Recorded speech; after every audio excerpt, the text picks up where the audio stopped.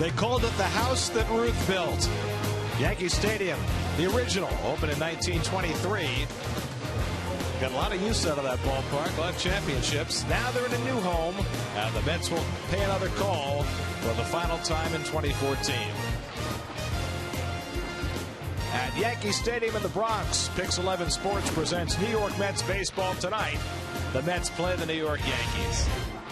Have a pleasant good evening, everybody, and welcome to the Bronx. Gary Cohen, Ron Darling, Keith Hernandez with you tonight as the Mets continue their four-game home-and-home series against the Yankees. The Mets won a thriller last night, 9-7, their fifth straight win over 2 years against the Yankees, and Lucas Duda had a big hand in it, both hands. Well, both offensively and defensively, particularly on the defensive side. He made some spectacular plays here, making a diving stab here early in the middle of the game. This was a big blow right here. Broken bat single off tough left-hander Matt Thornton that tied the game up in the eighth. Scored Eric Campbell right there on that beautiful slide. Big clutch hit. And then Lucas in the bottom half of the inning, actually, this is the game ender. He made a play in the eighth that I thought was just as spectacular, double play. That was a 3-6-3. He made two of them, but one was a 3-5-3. David Wright turned that. But Lucas Duda with the glove absolutely sparkled, and I couldn't have done it better myself. Kyle Farnsworth in the ninth inning got the save for the Mets. I don't believe that for one moment. Meanwhile, on the mound today for the Mets, it'll be Zach Wheeler. This will be his 25th career start, but his first ever against the Yankees. You know what's interesting when you think about it is that when you're a young starting pitcher, you have some signature type moments. And Terry Collins was talking about it before the game and said that, you know what, he was so excited to come to the park and see Zach and his talent come on this stage in Yankee Stadium and try to get this Yankee lineup out. He was excited. Mets fans are excited. I'm sure Zach Wheeler is excited in this first signature game. The Yankees have had all sorts of problems with injuries, especially in their starting rotation, and that's forced Vidal Nuno into the rotation, and he's done okay. You know, when you watch him pitch, he's a guy who does not throw hard, lots of changeups, lots of curveball, mixes it up, but this is a good date for him. This is the anniversary of his first start and first Major League win at Cleveland last year. Well, Nuno will try his best to keep the Mets in the ballpark today. Last night, the Mets put on a home run barrage, taking advantage of the cozy conditions. Well, I tell you what, the Mets came into the game last night last in the National League in home runs, last in slugging percentage, of course, and they blasted four big blows yesterday, and three of them were, of course, to that short right field porch here at Yankee Stadium. But really, most of the home runs, three of the four home runs were legitimate.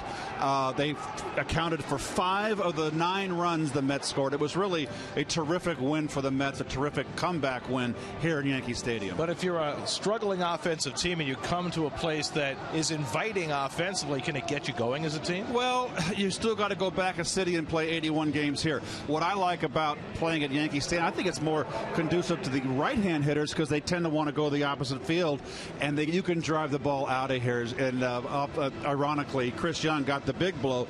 It was a pulled shot down the left field line. So the Mets will try and make it 2 straight tonight, see if they can keep the home run happy ways going. River Avenue and 161st Street, the Mets and the Yankees in the Bronx. All the action coming your way on Pix 11.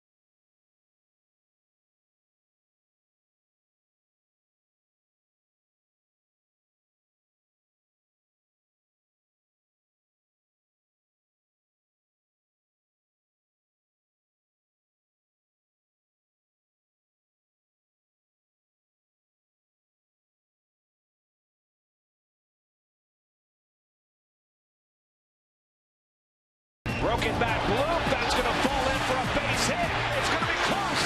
Save, but the game is tied. Young drives one deep left field. Back goes Gardner. It's out of here. Duda with a great stop. Gets the force, the return in time, and the ball game is over. Unbelievable finish. That was last night as the Mets twice came from 3 runs down to beat the Yankees 9-7. The Mets will try and keep their winning ways against the Yankees going tonight. New York Mets baseball is brought to you by your Tri-Honda dealer. Hurry into your local Tri-Honda dealer for great deals on the 2014 models. By Boar's Head Premium Deli Meats and Cheeses. By Time Warner Cable. More shows on more screens. Time Warner Cable. Enjoy better. By Tri-State Ford. To see why the competition just can't compete, visit tristateford.com. By the New York Lottery. Hey, you never know. And by the 2014 Mazda 3 with seamless connectivity. Keys to the game brought to you by your Tri-State Kia retailers. A little hockey theme.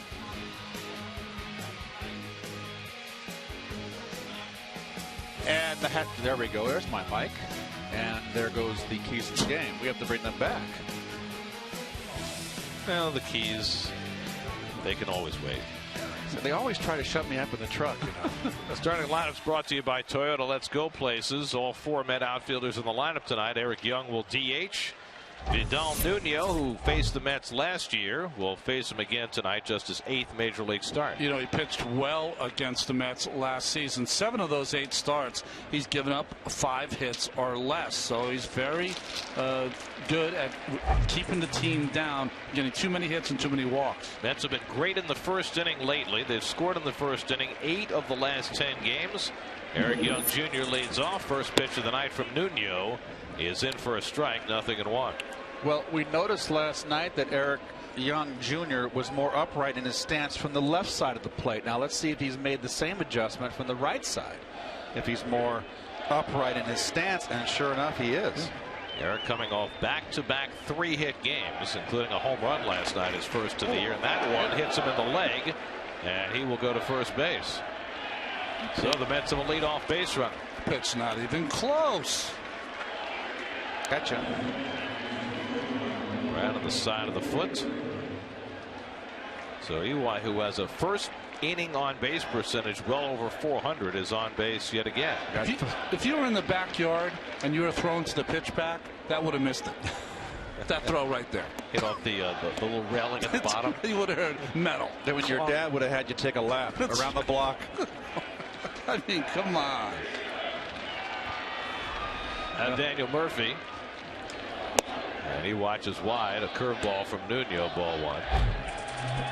Daniel, look at that sparkling batting average, Gary. He's now 9th in the National League in batting, 5th in base hits, 9th in runs scored, moving up all those lists. Young at first. Noted base stealer, 2nd in the National League, and Nuno misses with another breaking ball slider this time, and it's 2-0. You show me a pitcher who doesn't throw 95 plus from the left side, I'll show you a guy who has a good move. Nuno is supposed to have a good move. So far, though, pitching, he looks a little nervous here in the first inning.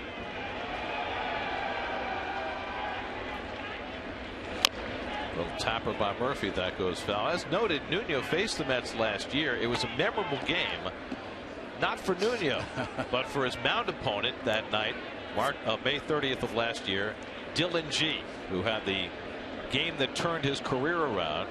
Nuno was the party of the other part, pitched pretty well in his own right. 6 innings, 2 runs, 3 hits, but was the losing pitcher. You know, punch out 13 like G. Well, Eric Young has made a very big statement as far as, hey, I don't want to be the odd man out in this four-man outfield that Terry Collins has been tinkering with. 3 hits last night, 2 runs scored. He sparked the ball club. Well, he was the odd man out, but the Mets weren't winning without him out of the lineup. Now he started the last 2 games, and the Mets have won them both. David Wright on deck, 2-2 to Murphy with nobody out. Well, it's interesting looking at the track.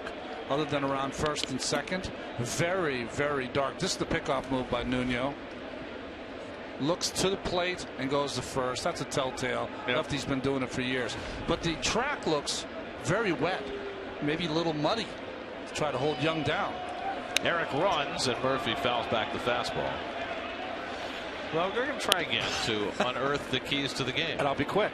The 4 home runs last night, of course, something we haven't seen from the Mets in a very, very long time. Jeter last night, 3 hits, the hat trick. Killing Mets, and the big plays in the field by Mr. Duda. Stellar. I like that word. Young was running the last pitch, not this time, and Nuno misses high and a full count to Murphy. Take it to him, right? Send him. Put it in motion. Let's go. Yep. Well, Nuno's averaged about 8 strikeouts per 9 innings, but Murph's been hot. Young's been running. No, you've got to send him here. And nope, they're not going, and Murphy fouls it off. Just think with Murph, he's a tough strikeout. Murph, he stays in on left-handers. Murph's not going to swing at a bad pitch here. Now with a left-hander out there, Young is really going to have to sacrifice himself. If Murph strikes out, it's going to be a strike him out, throw him out. You spent the whole pregame talking about home runs. Try maybe not to run yourself out of an inning. 8th pitch of the at-bat coming to Murphy. Young holds, and Murphy fouls off a fastball. So Murphy making Nuno work here in the first inning. Daniel always chirping with the umpires. Actually has better numbers against lefties so far this year than he does against righties. The Mets as a team are hitting about 40 points higher against lefties than they are against right-handers. 263 against left-handers, 223 against right-handers. 26-year-old Vidal Nuno grew up in the San Diego area. Young runs this time, and Murphy fouls off another one. You know what there might be here, guys, is that Eric Young is going to run on this 3-2 if he gets any kind of jump. If he doesn't, he'll stay. It's interesting, Gary, that you mentioned the better batting average against left-handers, the Mets, but wins and losses it hasn't factored in. They're 3-5 against left-handers this year. They really just haven't faced a lot of left-handed starters. This is their 38th game. And that's low ball 4, and Murphy works out a 10-pitch walk. So a hit batsman and now a walk. And the Mets have the table set for David Wright. And we'll take a look at the Yankee defense, brought to you by Geico. 15 minutes could save you 15% or more on your car insurance. Jacoby Ellsbury, of course, a big glove out there in center. Brett Gardner can play it too over there. Jeter at shortstop. Solarte made a play last night to open the floodgates. He kind of laid it at third base, and that double was ruled a double for Eric Campbell. So here's Wright, who was 1 for 5 last night, had a first inning ground out. David now has a 10-game hitting streak going, has his average up to 287. David came out early for some BP today. And he hits one up the middle, a base hit. And that'll bring home Eric Young with the first run of the game. Murphy goes to third. David Wright with an RBI single, and the Mets jump in front again. 9 times in their last 11 games the Mets have scored in the first inning. Big lazy curveball here. David stays back, hits it perfectly, and Jeter, you can see, playing straight up. Hasn't got a chance. Ball hit too hard. And also it sets up a first and third. Young's speed, he's going to score easily, but Murph aggressively on the backside. Doesn't hesitate. First run of the game brought to you by your Tri-State Ford dealer. So the Mets strike quickly and now look for more. Chris Young had a big night last night, a double and a home run. His home run snapped a 7-7 tie and proved to be the eventual margin of victory. And I don't know what he was doing there. You're a cleanup hitter. Hit a bomb yesterday. But even so, what's he doing? Swing it.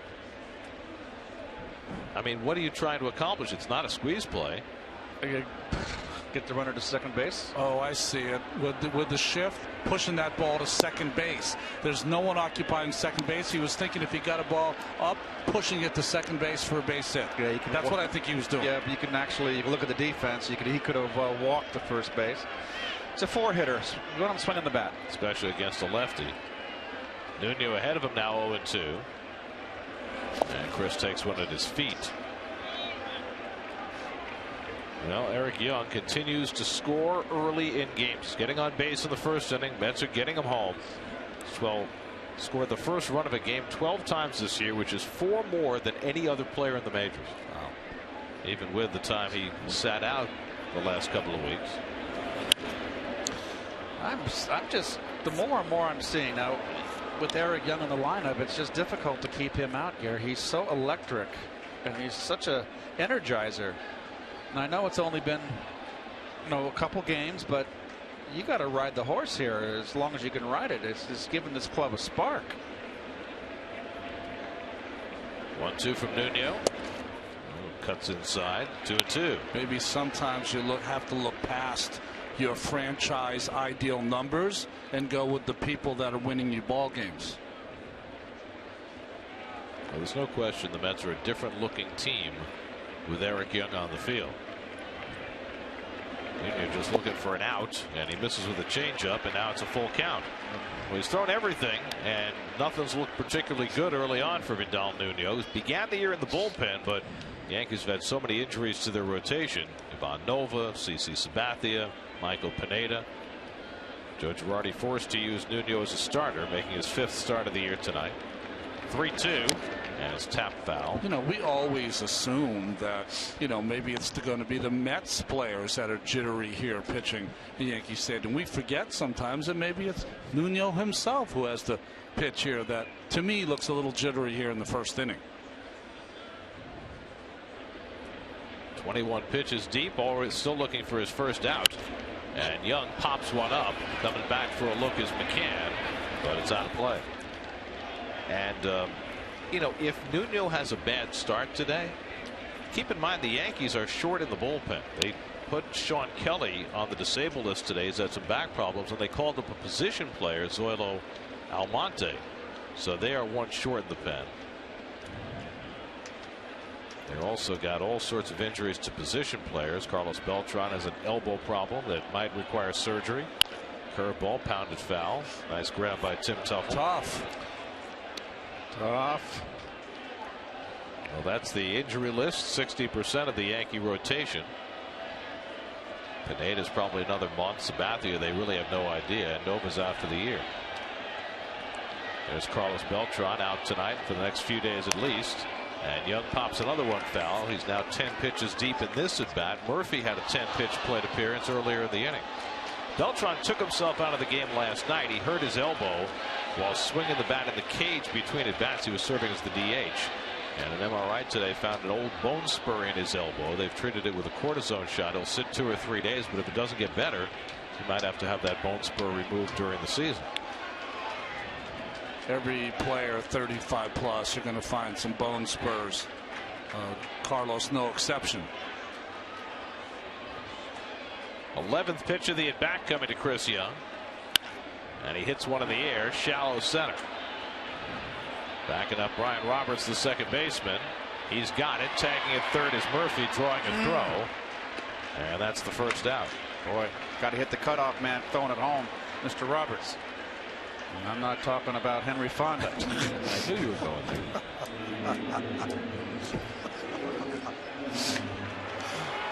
So on his 24th pitch, Nuno finally records an out. And now the former Yankee Curtis Granderson, who welcomed himself home with a 2-run homer last night, will step in.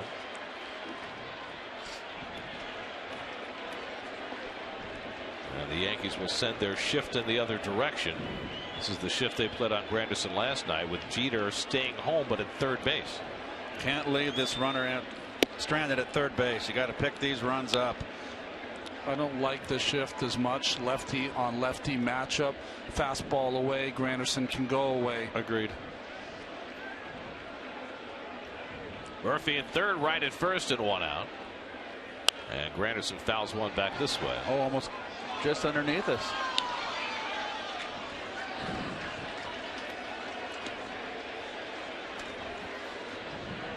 Juan Lagares hitting 6th in the order, waiting on deck. Granderson hits one deep right field. Back goes Soriano looking up. It's out of here! Granderson with another home run. A 3-run shot, and the Mets score 4 in the opening inning.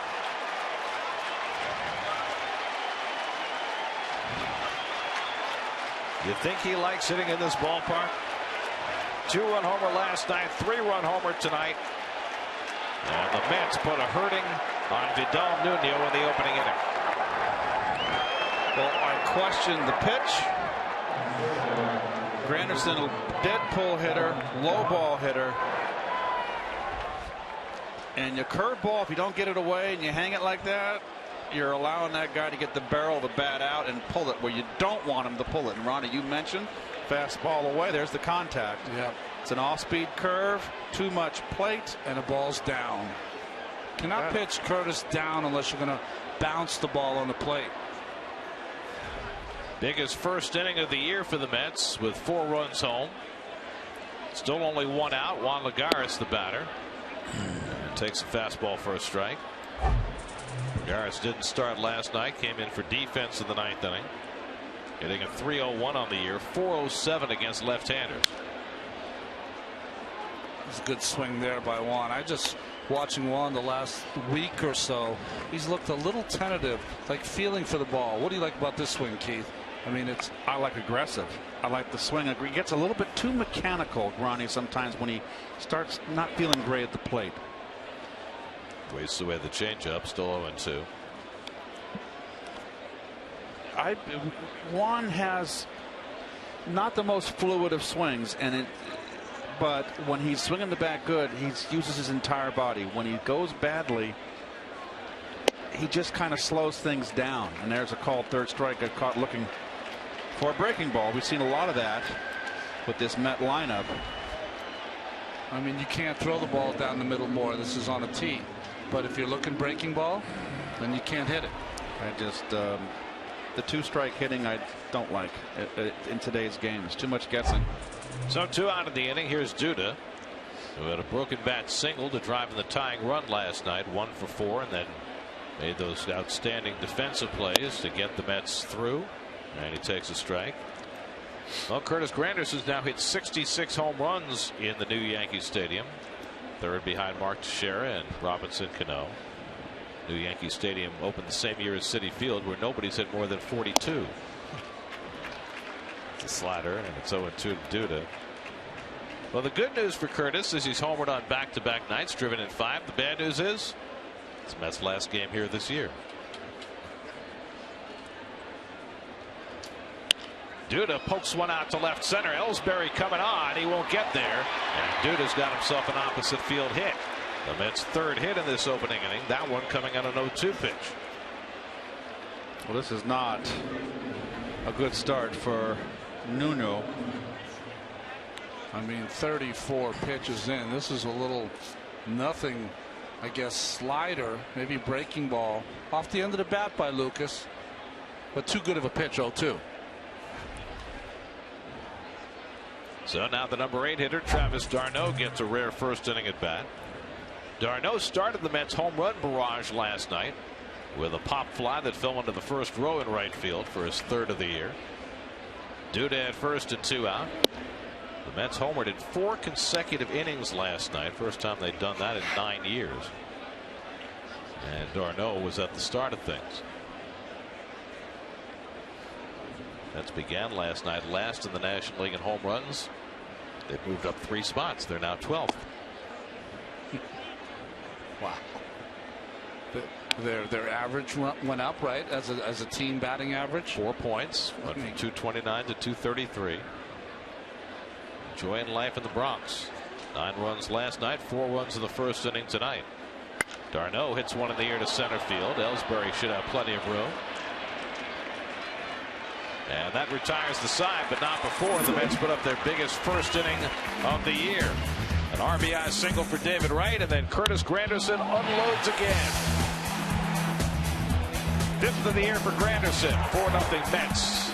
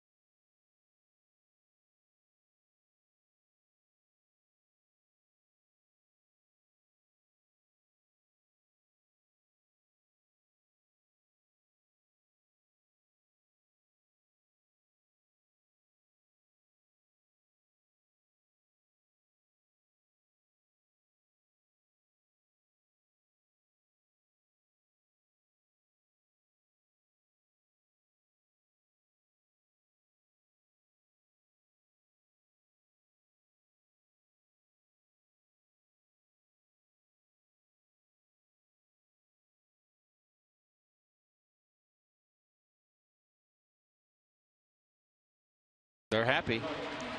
Starting lineup brought to you by Toyota. Let's go places. Only one change for the Yankees tonight. Mark Teixeira, who came up as a pinch hitter last night, is in the lineup with Carlos Beltran out. How much Teixeira can run based on what we saw last night, that's very much in question. Otherwise, the same unit out there for Joe Girardi tonight as the Yankees face Zach Wheeler for the first time. Keith, as you pointed out, he's only won one ball game so far this year. 7 last year, 8 in his career. Right-handed batters, 237 off Zach. Left-handed batters, 315. By the way, his ERA has gone down since his last start. He had a scoring change go in his favor in the game he pitched in Colorado. Turned 2 earned runs into unearned runs. What? A ball that was hit back to him that he fumbled had been scored a hit. They changed it to an error. We got to have someone to go look, because I think if you look over all the thousands of innings, I've got to get a couple of breaks in there. Brett Gardner takes a fastball for a strike. Gardner delivered the big blow for the Yankees last night with his 2nd career grand slam. Well, the one thing Zach's done well this year is he's kept the ball in the ballpark. He's only given up 2 home runs so far this year. He's had overall troubles in the first inning, but a lot of that's colored by the bad first inning he had in Colorado.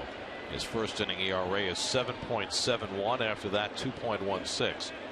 Pitched a good game against Miami last time out. He walked 5 in 6 innings, but only 2 hits in 6 scoreless innings. That was the game the Mets lost 1-0 on a run in the bottom of the 9th. Gardner, he doesn't like to be pitched inside. You see that? Fired it inside and walked out of the box. That tells you something. And another one. 97 from Wheeler, but is behind 3-1.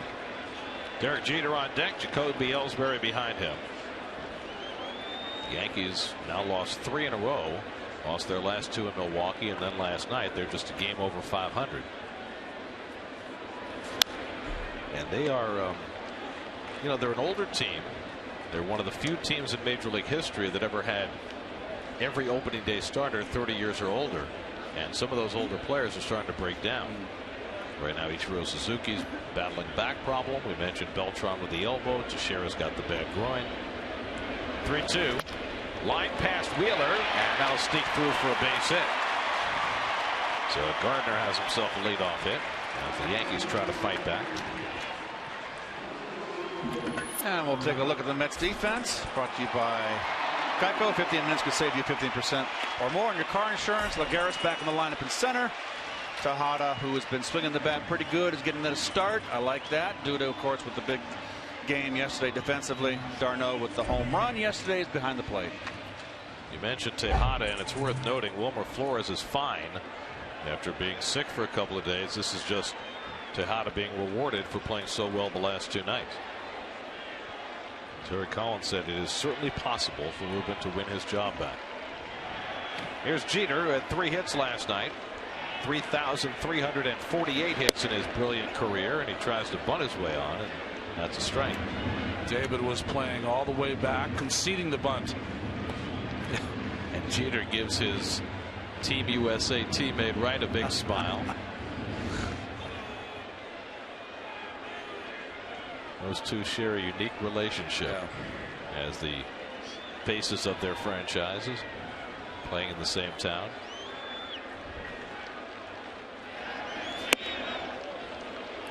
Well, I'm sorry, Garrett. David Wright still playing back at third, not at all worried about Jeter putting down a bunt.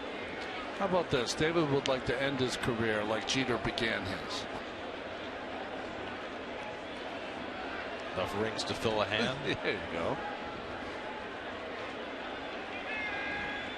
Gardner at first and nobody out. Jeter takes one just off the plate, 2-1. People always think that hitting the ball to right field, which he does as well as anyone in the game. There's Jeter's all-time hits behind Yastrzemski, who he could get this year. Jeter hits the ball middle of the plate in better to right field than he hits the ball away to right field. Does that make any sense to you out there? Inside out? Because you think that on the outside corner you just reach out and poke it that way. He's not that kind of hitter. He's the kind of guy that likes middle of the plate in, and he fights it off. That's how he likes to hit. And he stays level on the high ball, and he's able to square it up and get the fat of the bat on it. He's very adept at that. That's why he's got the 3,000 hits. Wheeler falling behind each of his first two hitters, 3-1. Not varying his pitches, mostly all fastballs down. Well, you can see Jeter really on top of the plate, very close to the plate, strides right in. Consistently hits the ball as late as anyone in the game. See if Gardner runs here with nobody out. He's going. Too high, ball 4, and so the Yankees have the first two men on. Well, Wheeler having trouble early, throwing all fastballs and not throwing enough strikes. See, if you didn't have a rookie catcher, this is a good time for a catcher to go out there and say, come on, let's go now. We got 4 runs. You know, don't worry about the hit. Don't worry about the walk. Let's start going after these hitters. Or have David Wright go in and say, hey, something. You know, Wheeler's never pitched against the Yankees, so this is his first time in Yankee Stadium. He's young. He's fired up. Just someone go there and say, hey, calm down. Throw strikes. Here's Jacoby Ellsbury, who went 0 for 5 last night. Dropped his average below 300. And the first breaking ball from Wheeler is in for a strike. Well, they got Ellsbury last night. 0 for 5 for Ellsbury. Contributed defensively with a great catch to Rob Lucas Duda of an extra base hit. But fly balls and strikeouts was his mode last night. Just 1 home run for Ellsbury this year in 139 at bats. I guess you don't really characterize him as a home run hitter, even though he had that one big year in Boston. He did have that 1 year. What do you have, 29 or? I think he's here at this ballpark. He should be a 15 home run guy. You would think. Yep. Especially when it heats up.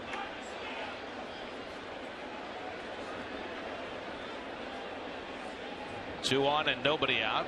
And Ellsbury lines one. Short hop by Tejada. Out at second. Murph the turn. Double play. 2 men down. Beautifully handled by Tejada and Murphy. And they double up Ellsbury. Well, I'll tell you what, the Yankees have been a bit unfortunate and unlucky in this series. They've hit some rockets that have been turned into Met double plays. And this is a bullet. Nice play by Tejada. You should turn that. Jeter trying to break it up, hit too hard to get there. You just get down. Well, that's 3 consecutive innings now that the Mets have turned infield double plays. So Gardner at third with 2 out for Mark Teixeira.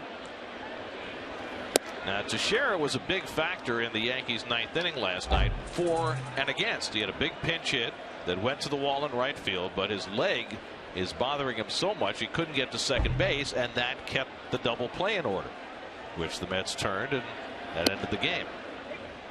1-1 to Teixeira. I mean, you can't blame him because of the injuries he's got. You see Brian McCann on deck. But still, if he had been second and third, that would have been a ground ball to Lucas at first. A run would have been in and been 9-8. 2 outs and a runner on still for the Yankees. Well, look how far down the line Gardner is getting with David Wright really playing at the shortstop position. Gardner just, why not? With his speed, he could steal home. You can go halfway down the line. David Wright's nowhere close. Certainly has Wheeler's attention. And Wheeler has to pitch from a stretch here because of that. The problem is that a ball can get 5 feet away and he can score. Precisely. 2 to Teixeira, and it's way up and away. That's 3 times in 4 batters now. Wheeler's fallen behind 3-1. If I was Gardner, I'd come halfway down the line, try to rattle Wheeler. And Ronnie's absolutely correct. A pass ball or a wild pitch that's 5 feet away from the catcher, if you're halfway down the line, you're going to score. Well, I mean, if Wright is 60 feet away from the line, he can get 60 feet down the line. Yes. 3-1. Laced into right field, a base hit for Teixeira, and the Yankees play to run. So Teixeira with an RBI single brings in Gardner, and it cuts the Met lead to 4-1. Well, nothing wrong with his swing right now, even if his leg is hurting. Well, the double play is huge. He's always been a big, strong, pull-hitting guy from the left side. Even right-handed, he pulls. You know, lost in last night, Gary, was how hard did McCann hit that ball? Yeah, could have been a hero. McCann, though, just 3 for his last 24. The Mets put on the full shift against him, and it's up and away, ball 1. Murph might not see dirt all evening. Danny Warthen, good move. Was waiting for someone to do that. Front shoulders flying. He's jittery. He's working real quick. It's almost like he can't even hold the ball long enough to let it go. Those are all the signs of nervousness. Pitching here, 4-run lead. You know, all of those things together just got to calm him down. Say, listen, son, you know what you're doing. Just slow it down. Let's work ahead. Let's throw some strikes. Your stuff is better than theirs. Let's keep it down, get a ground ball. Let's get back in here and hit. Well, McCann went 1 for 5 last night, but hit the ball very hard. And with this short porch, one mistake and a left-hand hitter up, it could be a 4-3 ball game.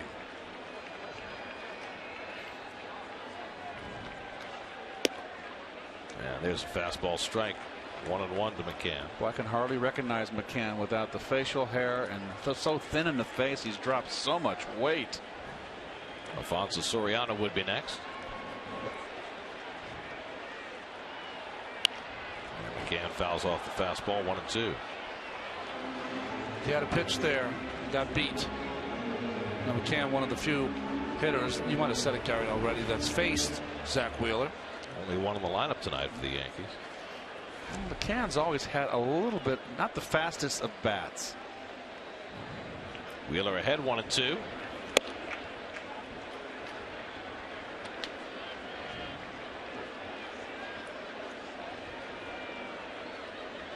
Just trying to catch his breath. It's hard. Can't even muster up any saliva when you're in these kind of games early on. 2-2 coming. McCann lays off curveball, and it's a full count. Well, this is what I've seen from Zach is not getting his secondary pitches over, and this is the first inning. He's trying to find it. So you're right. These hitters end up in a lot of counts where it's fastball. You know what's coming, and I don't care how hard you throw. Teixeira will get set to run as hard as he can. 3-2 to McCann. And he socks one to deep right field. Back goes Granderson, and it's out of here.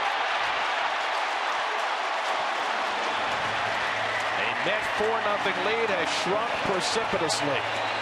Brian McCann with his 5th home run of the year, a 2-run shot. It's now 4-3.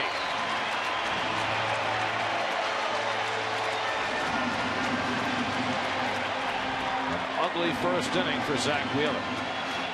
For both pitchers. What a difference a stadium makes, huh? Unbelievable.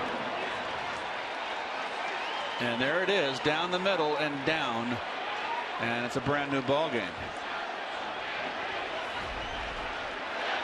Now Alfonso Soriano, and he hits one out to right. This one's playable for Granderson, and that retires the side. But after the Mets score 4, the Yankees come right back with 3.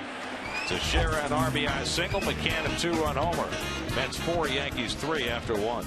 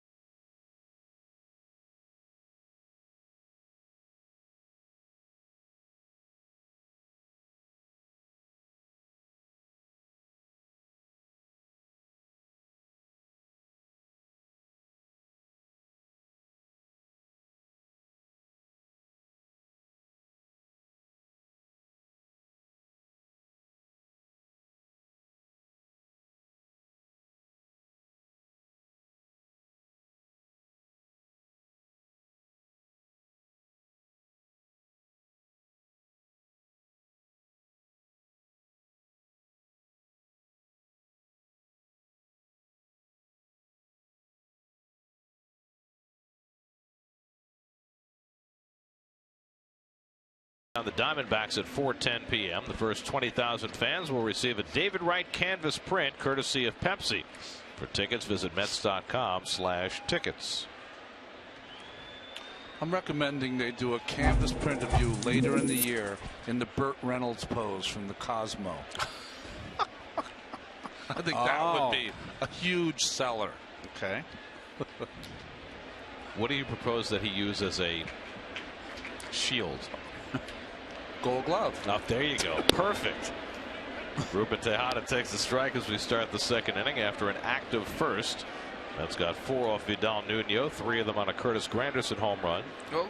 Yankees got 3 off Zach Wheeler, 2 on a Brian McCann home run. Tejada hits another ball hard out to right center, but overcomes Ellsbury, 1 out. Tejada was only 1 for 4 last night, but hit the ball hard 3 times. Yes, he did. He's turned into a new player in 48 hours. Well, he's got to keep it going there. He can't hit the ball in the air like that. That's nothing but outs for Ruben. He's got to hit line drives. So 1 out now. Eric Young, who was hit on the foot by a pitch and scored the game's first run. Interesting, isn't it?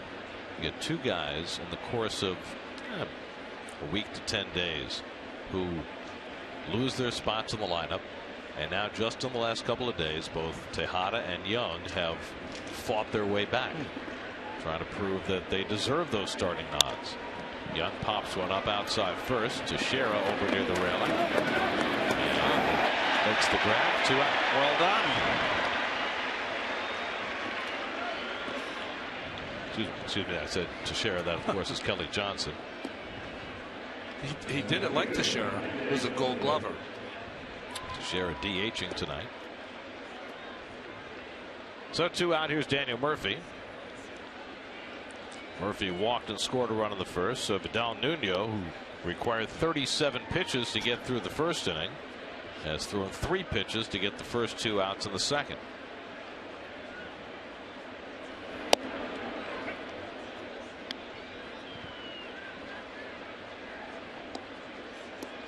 Well, the Mets have had the knack to score in the first inning. It has been by far their most productive inning. Why won't we show that? Do we leave out the 7th, 8th, and 9th? It's not. It's going. Just thinking back on this year so far, probably not great news. Well, wouldn't that further prove our point? Actually, the Mets' second best inning has been the 9th. Fly ball, shallow center. Jeter out. On comes Gardner, and he'll make the catch. And a very easy 1-2-3 inning for Nuno. He retires the side on 6 pitches. 4-3 Mets in the second.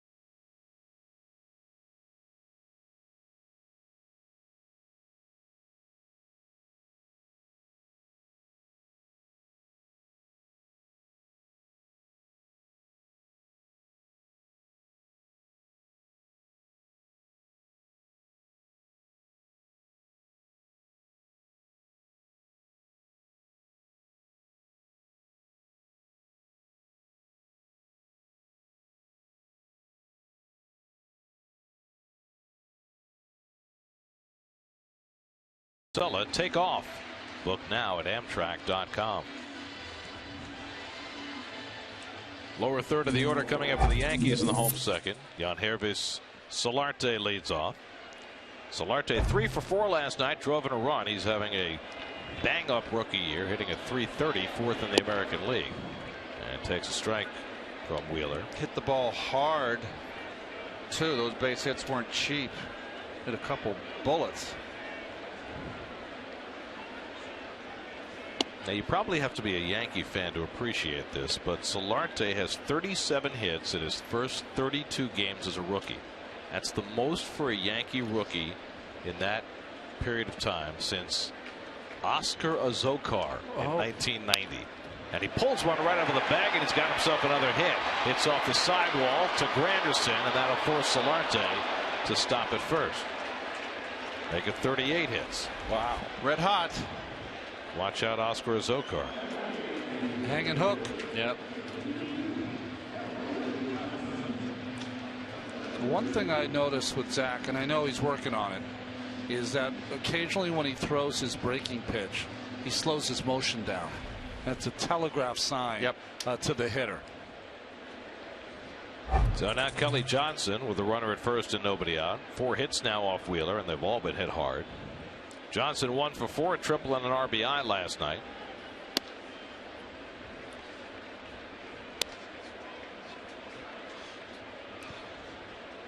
You know what it is? It's very, very subtle, but hitters see it.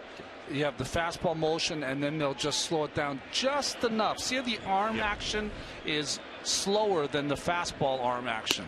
And it doesn't have to be from the beginning when you it can be very late, Gary, be right before, maybe a split second before he releases the ball. He slows down just a tad. Hitter can see it and have enough time to react. Oh yes, yes.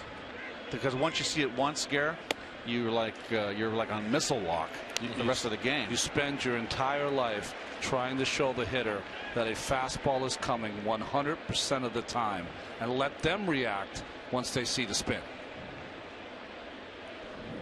Now Wheeler behind the number 8 hitter Johnson, 3-0 with Brian Roberts on deck. There's a strike.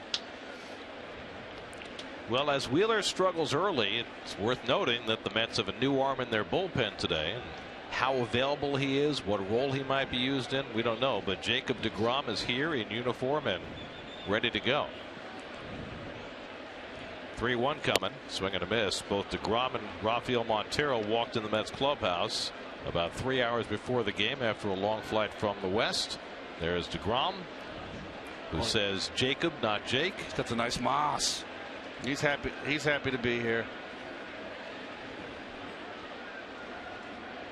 3-2, runner holds, and it's fouled back. If I were him, I'd honestly start locking it in, because 2 nights ago he was supposed to start. He got here today. This doesn't get any better. He's going to be in this ball game because he would be your long man. You would think so. I mean, that's the perfect spot to get him in, right? A spot he's more comfortable with. He never made a relief appearance in the minor leagues, although he was briefly a closer in college. Again, the 3-2 to Johnson, and he hits it through the hole, but there is Murphy to get to it and make a terrific play to get the force. That ball was by Murph, but he was able to make a nice play to get the force on Solarte for the first down. I think a muddy track. That ball stopped. Murph is so unpredictable in the field. He can botch a routine ground ball and then come make a play like this. Now, getting there is fine, but to be able to get up and get the lead runner, that's the play, and he does it beautifully. So 1 out and 1 on for Roberts, who was 1 for 4 last night. Spend your whole life trying to work to get to the major leagues. You get the call, and you're sitting in the bullpen at Yankee Stadium. I mean, come on. I hear you. Come on. Right. Can't even dream that high. Yep. I remember my first, when I was 20 years old in 1974, I got called up my first trip to Shea Stadium. I had never seen an upper tank, so I felt like I was a little an ant in a fishbowl. Might be the best thing for DeGrom to get in a game today, just to get some of the nerves out. But what about Rafael Montero? He's sitting there in the dugout knowing that tomorrow night he'll be going to Citi Field to face the Yankees and pitch against a guy who hasn't lost a game in 2 years. I don't think he's thinking of Tanaka as much as he's thinking of his own internal kind of feelings. I'm not saying he doesn't know about the Tanaka and the perfect record, but he's just trying to calm down his own deal. But DeGrom has to come. They come, like you said, mano a mano into the clubhouse, or man to man in the clubhouse. But one of them might pitch tonight. There's a difference. Well, I tell you what, Wheeler is just really, really struggling to find it.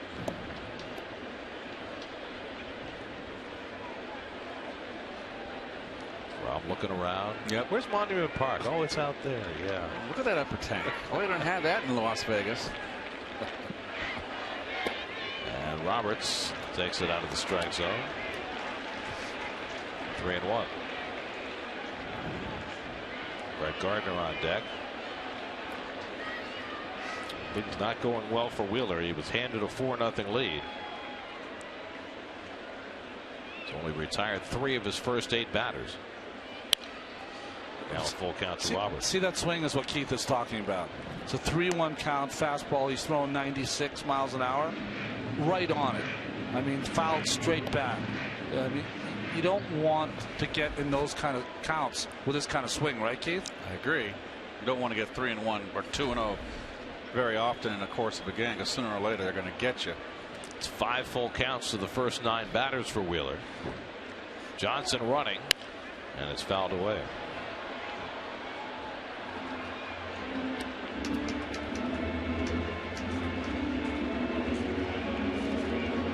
Ryan Roberts spent 13 years as a Baltimore Oriole. It's got to be so odd to come to a new franchise after all that time.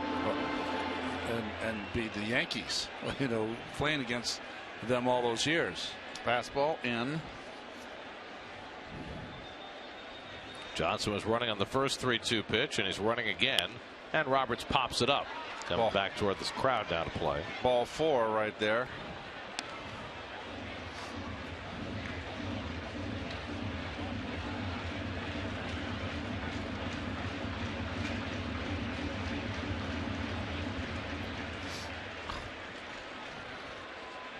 Bob Guerin, the Mets bench coach, controlling the running game.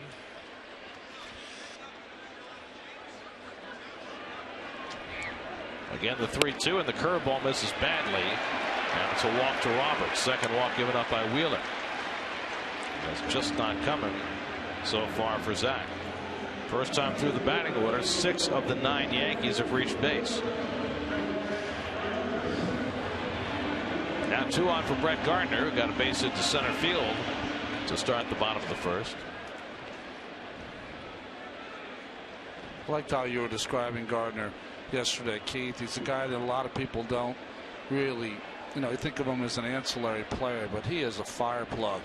He's a good journeyman player. Good guy to have on your ball club. He hustles, brings speed, plays good defense. Now in his 7th year with the Yankees. Wheeler picks off the inside.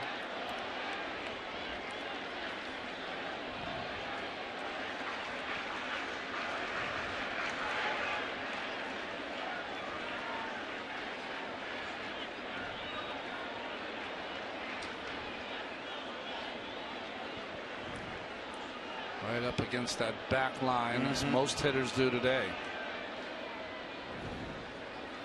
Gardner fights one off.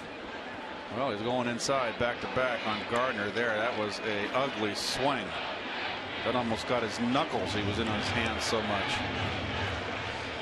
What do you say? He was rattling the pots and pans.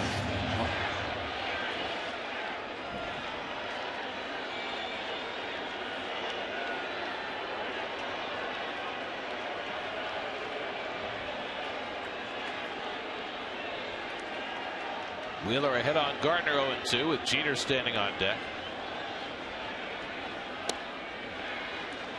1-2. You know, guys, one of the hardest things to do as a young pitcher is that you fight yourself, because you know what your thoughts go to? God, I had a 4-run lead and I gave it right back. You start to think negative thoughts. What you have to do is shake yourself out of it. Tell yourself that you're winning 1-0, and that's how you pitch accordingly. I've got the lead. Let me hold the lead. As a hitter, Ron, when you see a pitcher laboring like this, not getting his curveball over, and it's different. You can either get him in a situation like this where you can hurt him, and I tell you what, you're on first pitch fastball. Don't let him get ahead. Okay, and make him get his curveball up, and the odds are you're either going to get one pitch out of the box or you're going to get a 2-0, 2-1 pitch.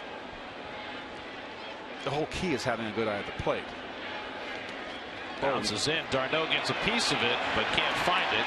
And over to third goes Kelly Johnson as Roberts holds it first. I think he might have. I think he found it, but he could not get through Gardner, who did not move at all. And he doesn't have to. Watch this. He plays it off his right hip. He sees where it is, but he can't get through Gardner, who just stays and holds his ground. It's very heads-up base running by Kelly, too. Look at Kelly. Never hesitated.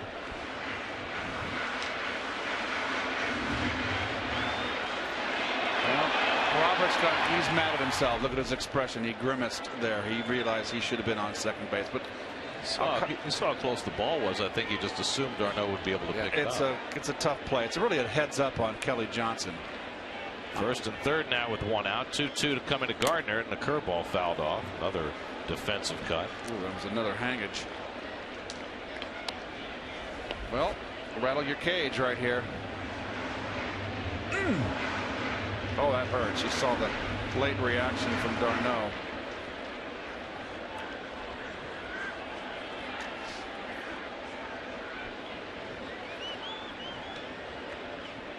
I wouldn't throw a curveball here. He's been throwing some hangers. This will be the 7th pitch of the at-bat to Gardner. And he fouls it off. Wow. Just a whole different ball of wax for the average with runners in scoring position. You know, the other thing you have to do as a young pitcher, come in with a blueprint. When you're not executing, blueprint's out. Let's go to 2 pitches and let's throw them for strikes. What can I throw for a strike? Go to 2 pitches instead of the 4. Make it simple. Gardner making him work. Boy, I tell you, the outfield defense has really got Gardner shaded the opposite field. Granderson giving the right field line. Lagares shaded over shortstop side of the outfield, and down the left field line in shallow, Chris Young. He just backed up a couple of steps though here with 2 strikes.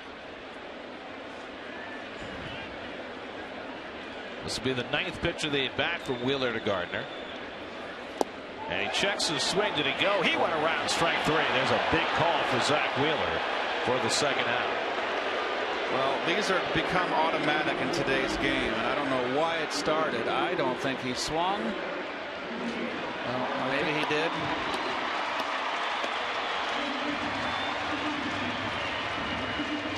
With replay and everything else that's going, it's only a few places you can go to speed up the game. That's one place. So the first strikeout for Wheeler is a big one. It pins Johnson at third. Now there are 2 out. And it's left to Jeter, who walked his first time up.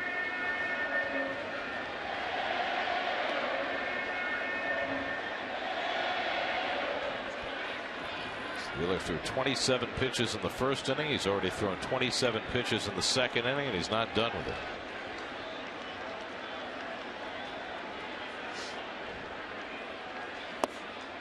Jeter lays off the slider, ball 1. Well, Jeter's always had a terrific eye at the plate. He's been one of those guys that gets the close calls. I never call inside strikes on him. It's like Pete Rose late. And he follows the ball in like Pete used to do. Yep. Every once in a while, Jeter will try to jump you when he's got the count in his favor. I guess what do I mean by that? He is such a good situational guy, and he's a singles, doubles kind of hitter.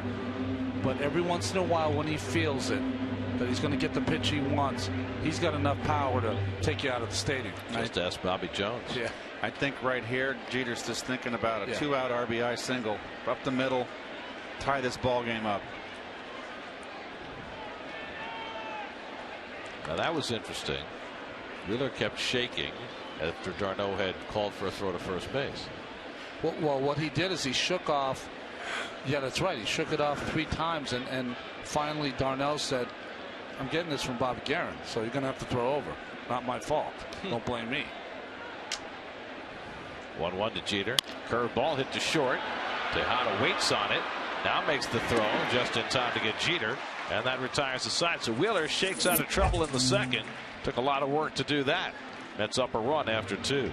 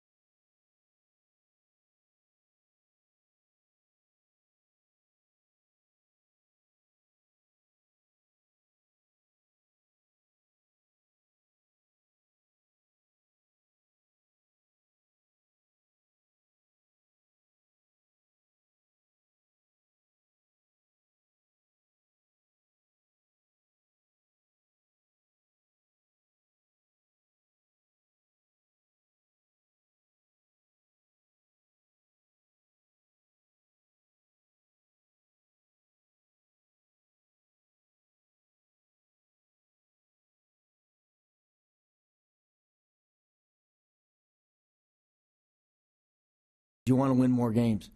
You know, we've lost a lot of tough games in the time I've been here, but you see the young players getting better. The veteran players continue to be great leaders. We have worked very, very hard in here to build a great clubhouse, a great atmosphere, and I think we have. We have tireless working coaches that have done a good job. So, yeah, do we want to win more? Absolutely. Terry Collins talking before the game tonight about what the last few years have been like as skipper of a team that has yet to have a winning season under his tenure. Well, I'll say this ball club hustles and never quits for Terry. David Wright launches one down the left field line over toward the corner, and that one bounces up against the wall. David trying for second. Gardner's throw coming in, and David in standing with a leadoff double. Second hit of the night for Wright, his 10th double of the year, and the Mets get it started against Nuno again here in the third. Little cutter in towards the end of the bat. I mean, he's squaring it up. This ball just had to be towards the end.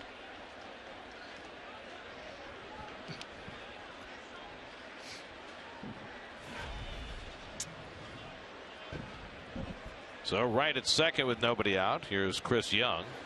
And Young hits one in the air, deep center field. Back goes Ellsbury. He'll have room onto the warning track to make the catch. Wright tags and goes over to third. So Young hitting one straight away about 400 feet. Wrong part of the ballpark. Well, let's take a look at this pass. See, nothing but fat ones coming out of Nuno's hand. Here's another one. My goodness.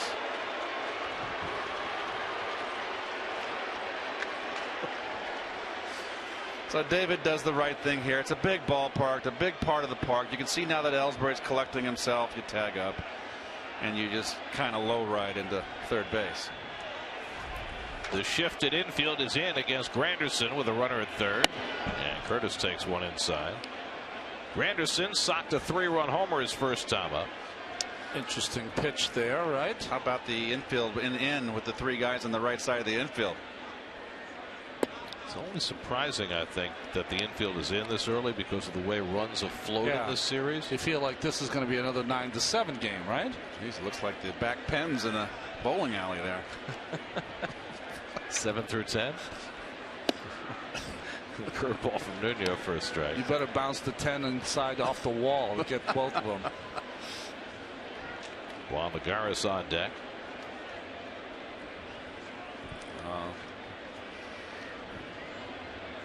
2-1 from Nuno.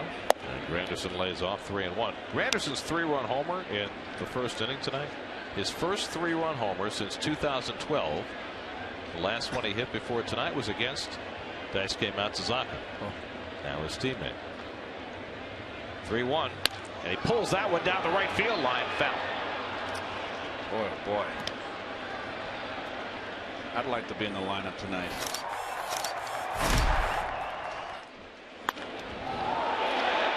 Just a rolling curveball in there against Granderson.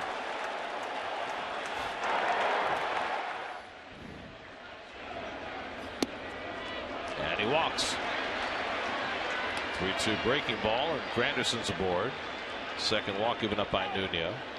And as Gary mentioned, you look at Larry Rothschild, the pitching coach.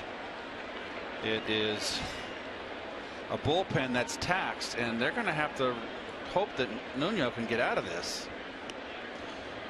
So now a chance for Lagares, first and third and 1 out. Juan took a call, third strike his first time. Larry Rothschild was going to go see that pitch where it was. That's where he was going. Attack. 1-0 like now. We're talking earlier about Wheeler in trouble. This Nuno is just as much in trouble. He misses 1-0 with a breaking ball. Boy, you got to be sitting on that cheddar, and if you get it, you take a rip. Right at third, Granderson at first, and Lagares fouls it away. Well, taxed bullpens or not, both these teams are going to be in their bullpens very, very soon. Yes, and this could be one of those slugfests tonight, the way it's shaping up. Nuno's on borrowed time.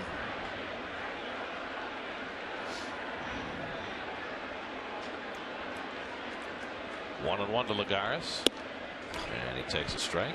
Fastball, 1-2.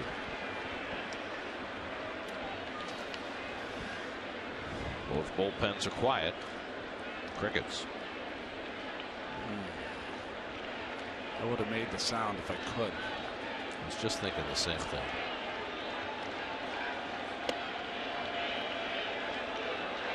Two and 2 to Lagares.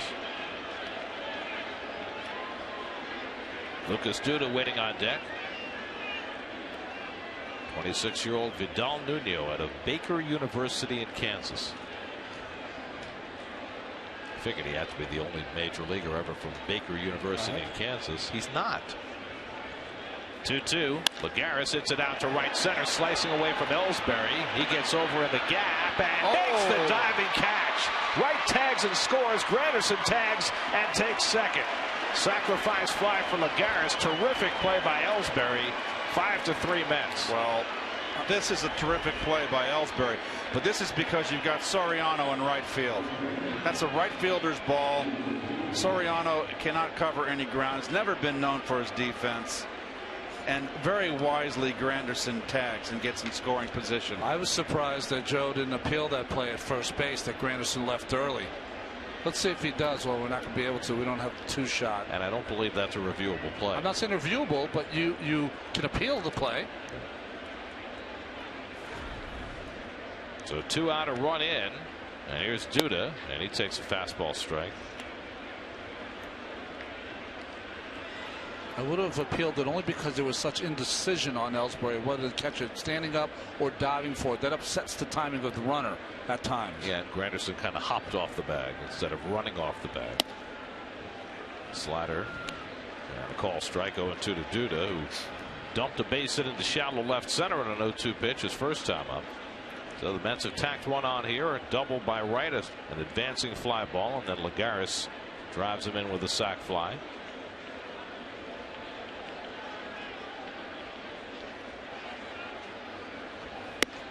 One and two to Duda.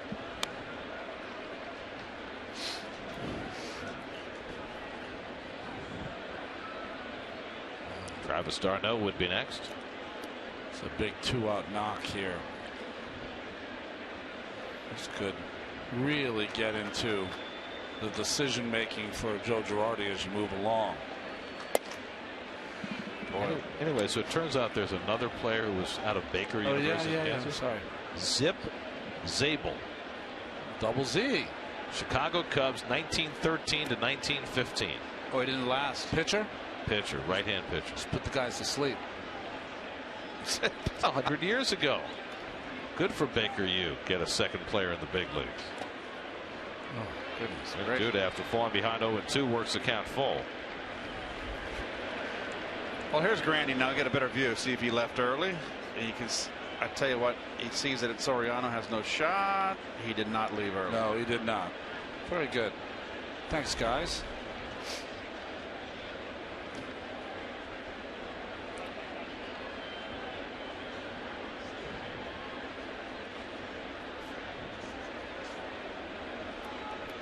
Oh. Duda came into the night hitting .235 against lefties in limited at bats, at a base hit his first time up tonight. He's worked the count full against Nuno. And he's on with a walk. Jeez. So Nuno got ahead 0-2, loses Duda, second walk of the inning, third of the night. I'm going to drop my first L. Stankowski. Since what, yesterday? New York Mets baseball is brought to you by Toyota's #1 for everyone sales event going on now. Toyota, let's go places. Just take it easy over there. I don't want any Sanabia moments. Sanabia. All right, we're a long way from, where were we? San Juan? San Juan. Yes. Well, Alfredo Aceves, who pitched in yesterday's game and got hurt in his 2/3 of an inning. What do you tell a guy like this, Ron? There's nothing to say. It's got really nothing going on at all. I think you have to. I think right here, it's almost like you're lying to the young man. You just say, "Hey, listen, there's 2 outs. It's 5-3. Keep us in this ball game. You know we're going to score tons of runs." That's all you can say. Granderson at second, Duda at first with 2 out. A run home for the Mets here in the third, and Travis d'Arnaud coming up. Travis flied to center his first trip. All this is small comfort for Zach Wheeler, who's trying to figure things out in his own right. And there's a borderline strike to d'Arnaud. Well, I think some of these old umpires that were around, I'd like to have them write a book. Oh, another good strike right there. All fastballs. And A book about what? how the game's changed. Home plate umpires have seen the pitching. What's the differences? I think it'd be, interesting to see an umpire that saw the transition into the steroid era. I think it'd be a great book. I would read it. Nuno ahead 0-2. Oh, and crossed up McCann. And it was strike 3. Let's see that again if we could, guys. This is strike 3. How about being crossed up and so disgusted with what's going on that you don't even go out and talk to the pitcher? I don't think I've ever seen that before. d'Arnaud taking a fastball. Swings at this one and flies it to shallow right. Roberts out, Soriano in to call, and that retires the side. But the Mets add a run. Right with a double, Lagares a sac fly. Mets lead 5-3 in the third.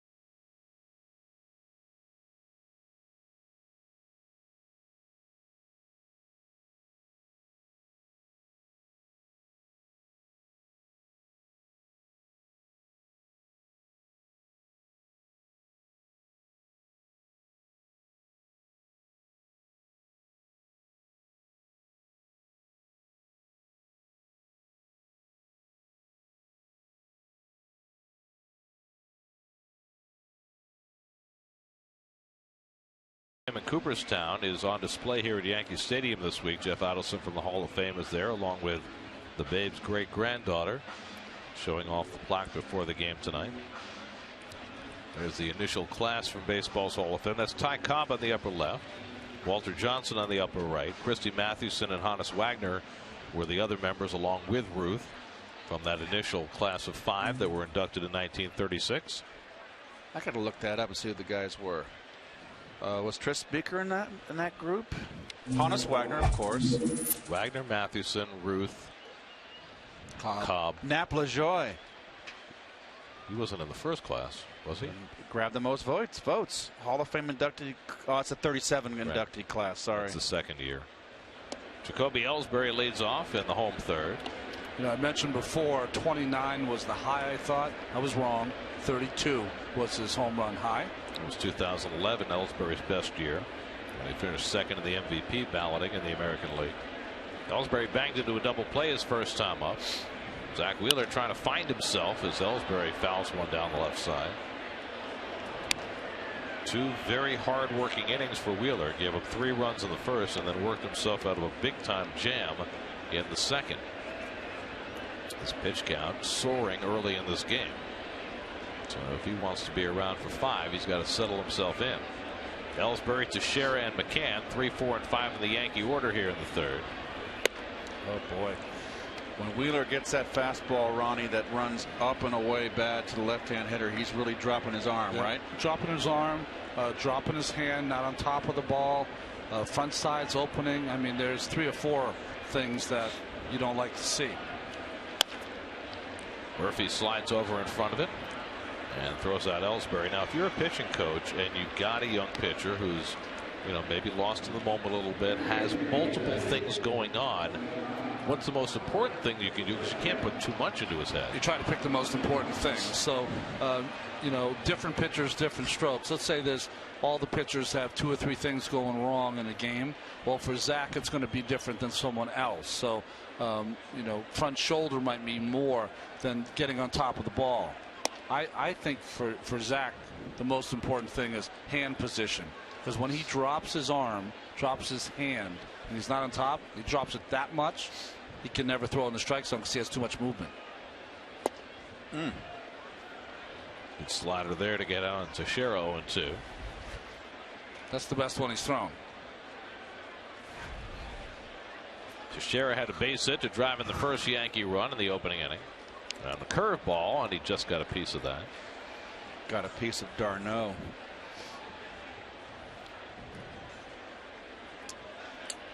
Now you're just throwing a curveball.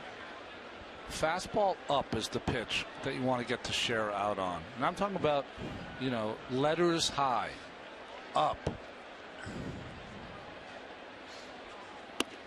A little too high.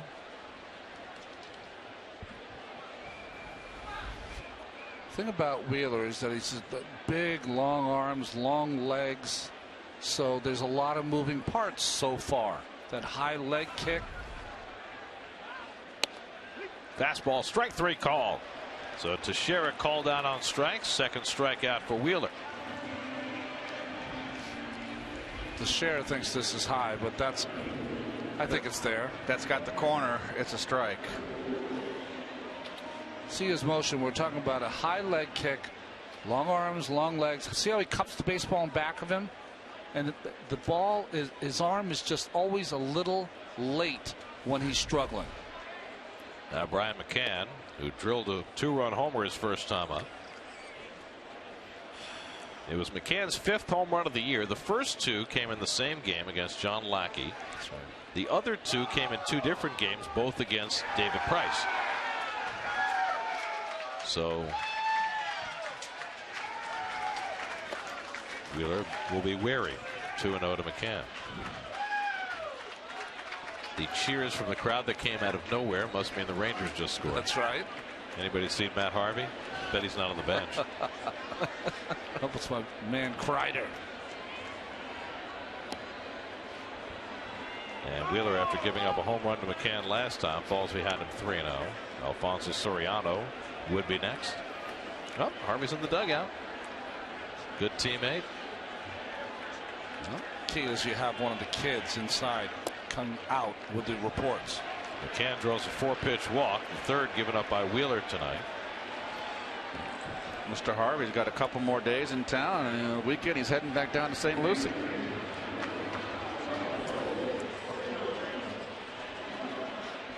They're cruel.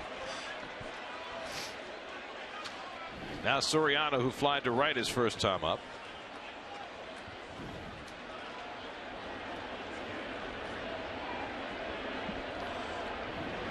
Let's turn the infield to the left, not an overshift, but a modified shift as Wheeler gets that one in for a strike. Soriano really struggling against right-handers this year, hitting 198 against the righties so far. Did hit 3 balls hard last night. One of them a tremendous play by Tejada in the hole to throw him out. But Ronnie's got him pegged last night, up and in with that cheddar. That one trickles by Darno, and down to second base goes McCann. Might be a pass ball there. Yep. They got a lot of leather on it. Oh, it's got to be a pass ball. A lot of movement, a lot of leather.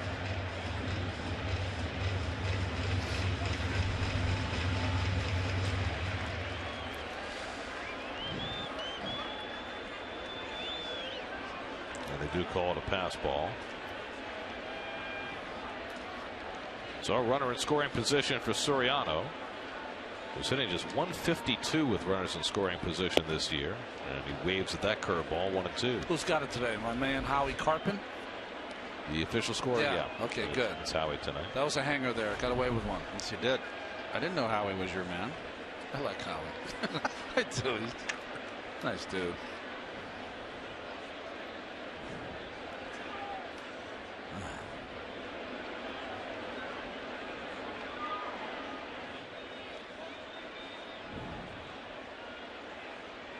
Now Wheeler ahead 1-2. Soriano yanks one foul. Gosh, he pulled that one. Some serious top hand.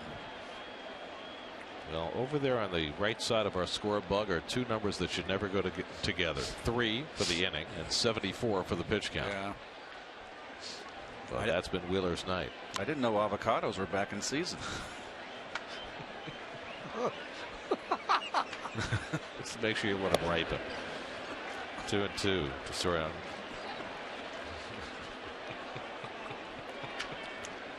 Let me see. Pitch count, avocados. Avocados, pitch count. I grew up in California. Somehow it all goes together. It's all part of the plan.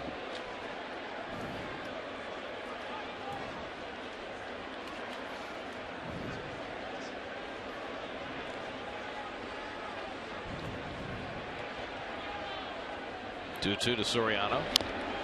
Just got a piece of that breaking ball.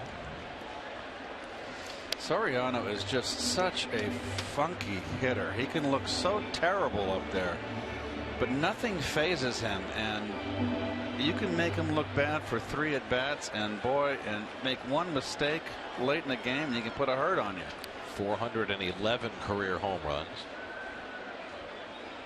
for the now 38-year-old Soriano. Wow. There's steak to be had. Aged 28 days. Barbecue sauce. Well, to me, steak and barbecue sauce don't go together. Save it for the ribs. That's right. Well, a lot of slow breaking balls to Soriano. He's hung a couple. Fastball in at the belt. That's all you got. That's all you need. 7th pitch of the at-bat coming from Wheeler, and Soriano fouls off that fastball.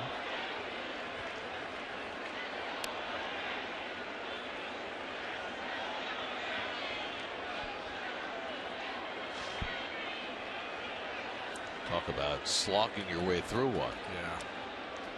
I mean, Wheeler's had a lead since before he ever took the mound tonight, and it's not been easy for him for one moment.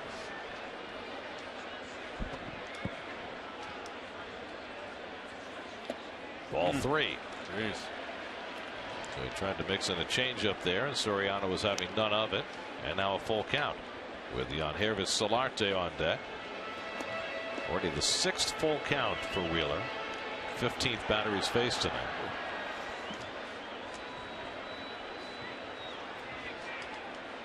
He's given up 4 hits. He's walked 3, struck out 2. Soriano the tying run at the plate. 3-2 coming. Grounded down to third. Right handles the hop, then drops it. Recovers. Low throws. Dug out by Duda. Beautiful play. Side retired. Duda saves right in error and gets Wheeler through the bottom of the third. Mets with a 5-3 lead. Now here's a sneak peek at the season finale of Arrow.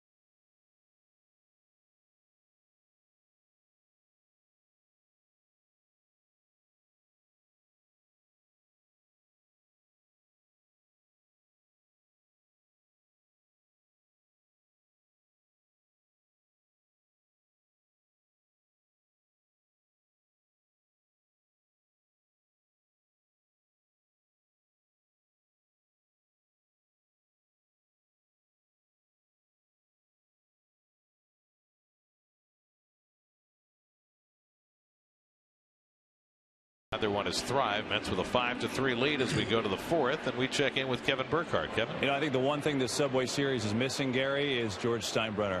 Can you imagine the headlines this morning and the Mets beating the Yankees 5 times in a row? There would be something juicy from George in there, and I think that it lacks a little something because of that. I was talking to David Cohn today. Cohn, of course, the former Met, and he was on the '97 Yankees team. That was the first year of interleague play. He had some terrific Steinbrenner stories. He said, when the Yankees played the Mets, he would come down to the clubhouse and watch, and what I would say a really intense fan that was very vocal. He said he would be in the clubhouse screaming and yelling and into it.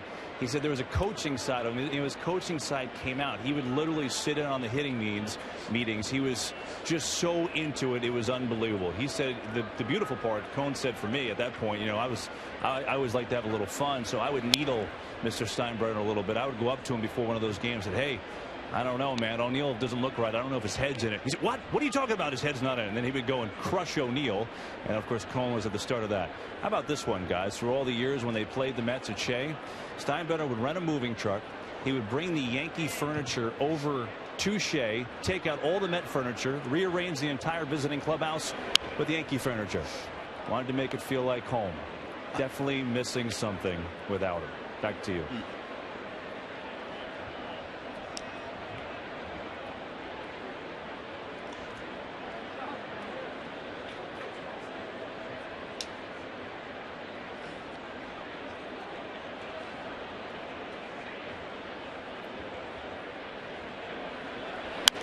Tejada fouls one away.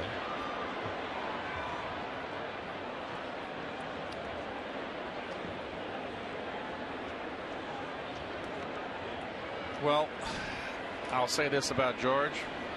He was a tyrant around the stadium, but very generous man and very giving in the community. And give credit where credit's due. By the way, did David Cohn, Kevin, mention how he balked home Steve Beazer in that first series? Left that one out, Gary.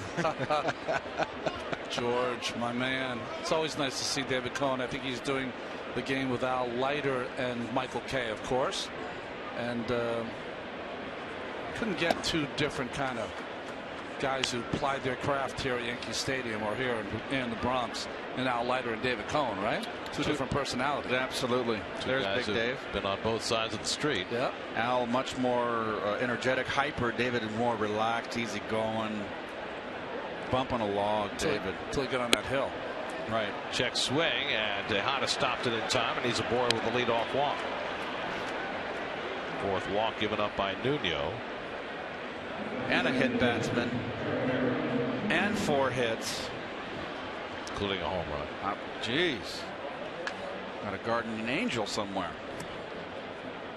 Well, he is behind in the game. Jeez. Should be in the showers.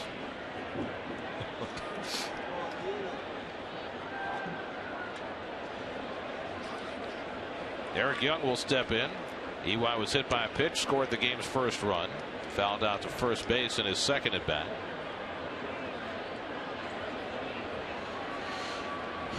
And thinking about a bunt, takes ball 1. Well, today's game, the way it is scored, this is a free sacrifice for a hitter. So what I mean by that, Eric Young can come up, try to bunt for a base hit. If it doesn't happen for him, and they throw him out at first base, it'll be ruled a sacrifice. No at bat. Pulled down to third. Nice play by Solarte, but a wide throw. Tejada goes to third. Young breaks for second. And the Mets have 2 in scoring position on the bad throw by Solarte.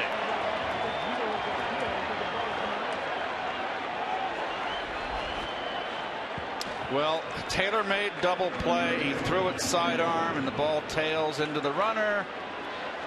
A ball hit that hard, you have more time to collect yourself and make sure the throw, even though Young runs hard, it's hit too hard, should turn to. Nice job by EY to kind of slowing down at first, able to make that turn and take the extra base. It's got to be hard as a base runner when you're running right through the bag at first to try and beat a play, and then all of a sudden you have to make the turn without the little loop that you usually take. Well, the play's in front of you, you're running, you know the throw is going to go to second base, so he had plenty of time to react, and you saw he just put that thing in overdrive. So the Mets with a golden chance to add to their lead. Daniel Murphy, the batter, and he takes one low for ball 1. The Yankee bullpen will get started again as Nuno continues to struggle and got no help there. It was a bullet hit by Eric Young. Solarte made a nice stop to pick it up, but then just a terrible throw as Aceves gets up again in the Yankee pen. David Wright on deck. Infield back for Murphy. And he hits one in the air to center. That'll get a run home. Tejada tags. Young tags as well. They both move. Young is safe at third. Tejada scores to make it 6-3 on the sacrifice fly by Murphy. Well, Ellsbury not displaying a very strong arm here. So a doubly productive out for Murphy, gets 1 in and 1 over. Very good base running by the Mets in tonight's ball game, but Ellsbury kind of drifts. There's no immediacy to him to get back further to get some momentum forward. It almost looks like the at-bats that you are looking for against the Philadelphia Phillies all weekend.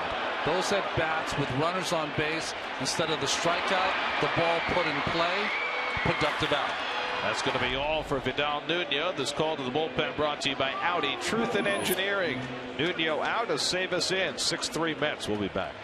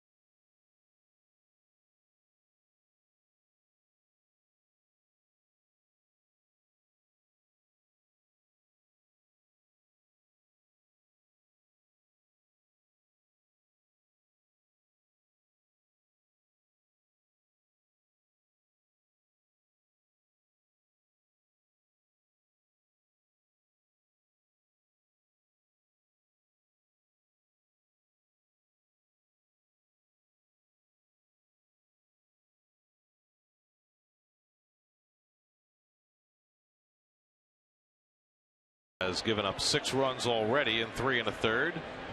Responsible for another runner. Alfredo Aceves in for the 2nd straight night. And it wasn't a good night last night for Aceves, as he gave up a couple of runs and 2/3 of an inning pitched. Infield in, David Wright at the plate with Eric Young at 3rd and 1 out. Mets have a run home here in the 4th and a 6-3 lead. A walk, an error, and a sacrifice fly, producing a run without a hit. And a chance for another. And Wright takes the breaking ball for a strike. Remember, he struck out David last night in last night's ball game on a breaking pitch he took for a strike. Same pitch he threw right there. Aceves, who has worked back and forth across the Yankee-Red Sox rivalry, deals the 0-1 and gets the slider in for a strike. Aceves started with the Yankees, 3 years with them, went to the Red Sox for 3 years. He tried to get out of that nexus when he signed with the Orioles, but they released him in spring training, so the Yankees took him back. And here he is, making his 4th appearance of the year and his 2nd in this series. Off the plate to right, 1-2. David has singled and doubled. He's driven in a run. He's scored 2. That's got 4 in the 1st against Nuno. And they've added single runs in the 3rd and 4th.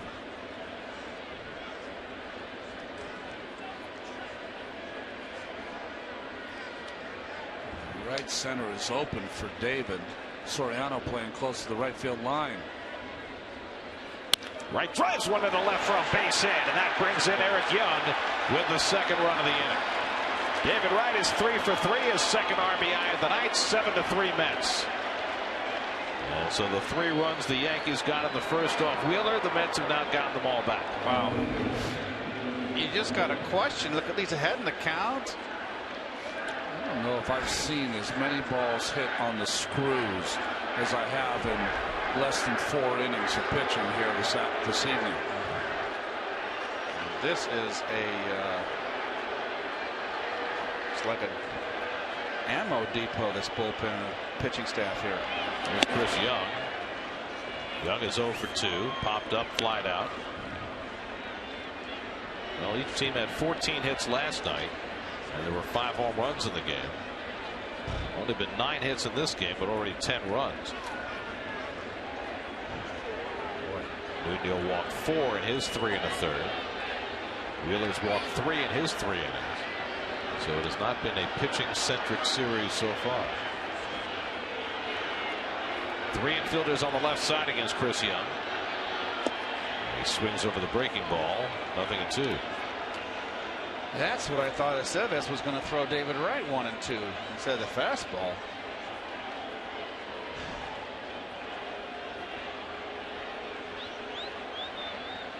So again, Aceves gets ahead of the count.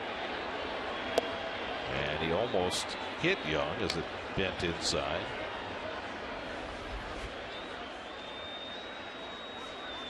That curved around the plate.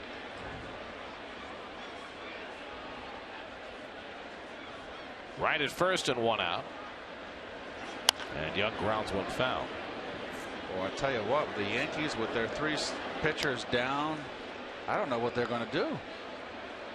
Well, not just the 3 starters, but now they've got one of their prime relief pitchers, Sean Kelly, one on the disabled list today. He was their 8th inning guy. Boy, oh boy, I tell you You what. saw how much they missed him last night.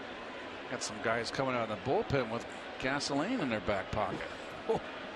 That swept 4 games from the Yankees last year, won the first game of this year's series. It's the first time the Mets have ever had a 5-game winning streak against the Yankees.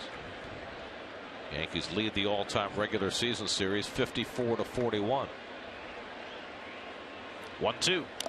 Just got a piece. Curtis Granderson on deck. Interesting watching Chris Young. I'm trying to figure him out because I haven't seen him play enough. But 2 strikes, he does a lot of kind of front foot hitting. You know, out in front of the plate, trying to put the ball in play. Something that he worked on, obviously, that we've talked ad nauseum about this winter with Rod Carew. It makes you wonder how much that has changed. Grounds this one foul. I mean, he used to be a very high strikeout guy. Really very much for a guy who had speed, an all or nothing hitter. He's tried to change that after hitting just 200 in Oakland last year. He has a habit of swinging down on the pitch breaking ball that breaks down in the strike zone. Again, the 1-2. Tap to the right side. Johnson, the only man there, makes the flip to Aceves, who makes the barehanded grab for the second out. Wright moves up to second. Well, fancy play by Aceves. Not a good play. Nice but feed. A fancy play. Sorry, Ronnie. Nice feed from Kelly Johnson, who is not a first baseman. And we'll take a look at the swing here. It's a breaking ball out in front. He cued it.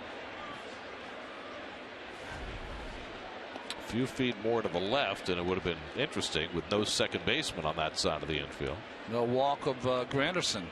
Quite interesting, even though it's only the fourth. Granderson with a 3-run homer and a walk tonight. He's homered in each of the first 2 games of the series. Wright is at second with 2 out.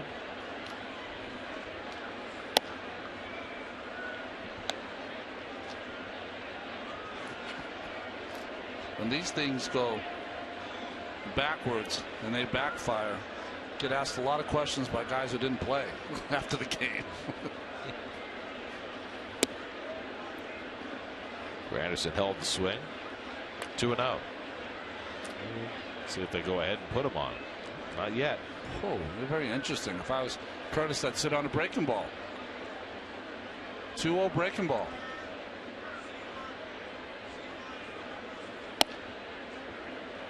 Change up.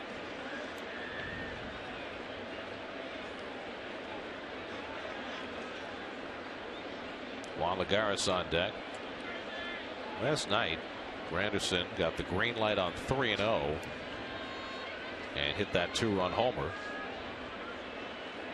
And Terry Collins said after the game, we did some things we don't normally do, like swinging 3-0. That's pulled foul, and the folks at Elias went back and checked, and indeed it turned out that the home run Granderson hit last night was the first one he ever hit on a 3-0 pitch in his career. In fact, it was the first hit that Curtis had ever had in his career on a 3-0 pitch. That's stunning. It is. It's been around a long time. Long time, yeah. Those controlling managers. Up and in. 3-2. I think this is a manager trusting a veteran pitcher to pitch carefully to a veteran hitter. A lot of pitchers can put you in a bad way. Well, Granderson's only 1 for 12 against Aceves and make it 1 for 13 as he goes down on the changeup. So that ends the inning, but the Mets tack on a couple of runs. A walk and an error set the table as Solarte throws away Young's ground ball. Let's take advantage. Murphy with a sac fly, Wright with a base hit. 7-3 Mets in the fourth.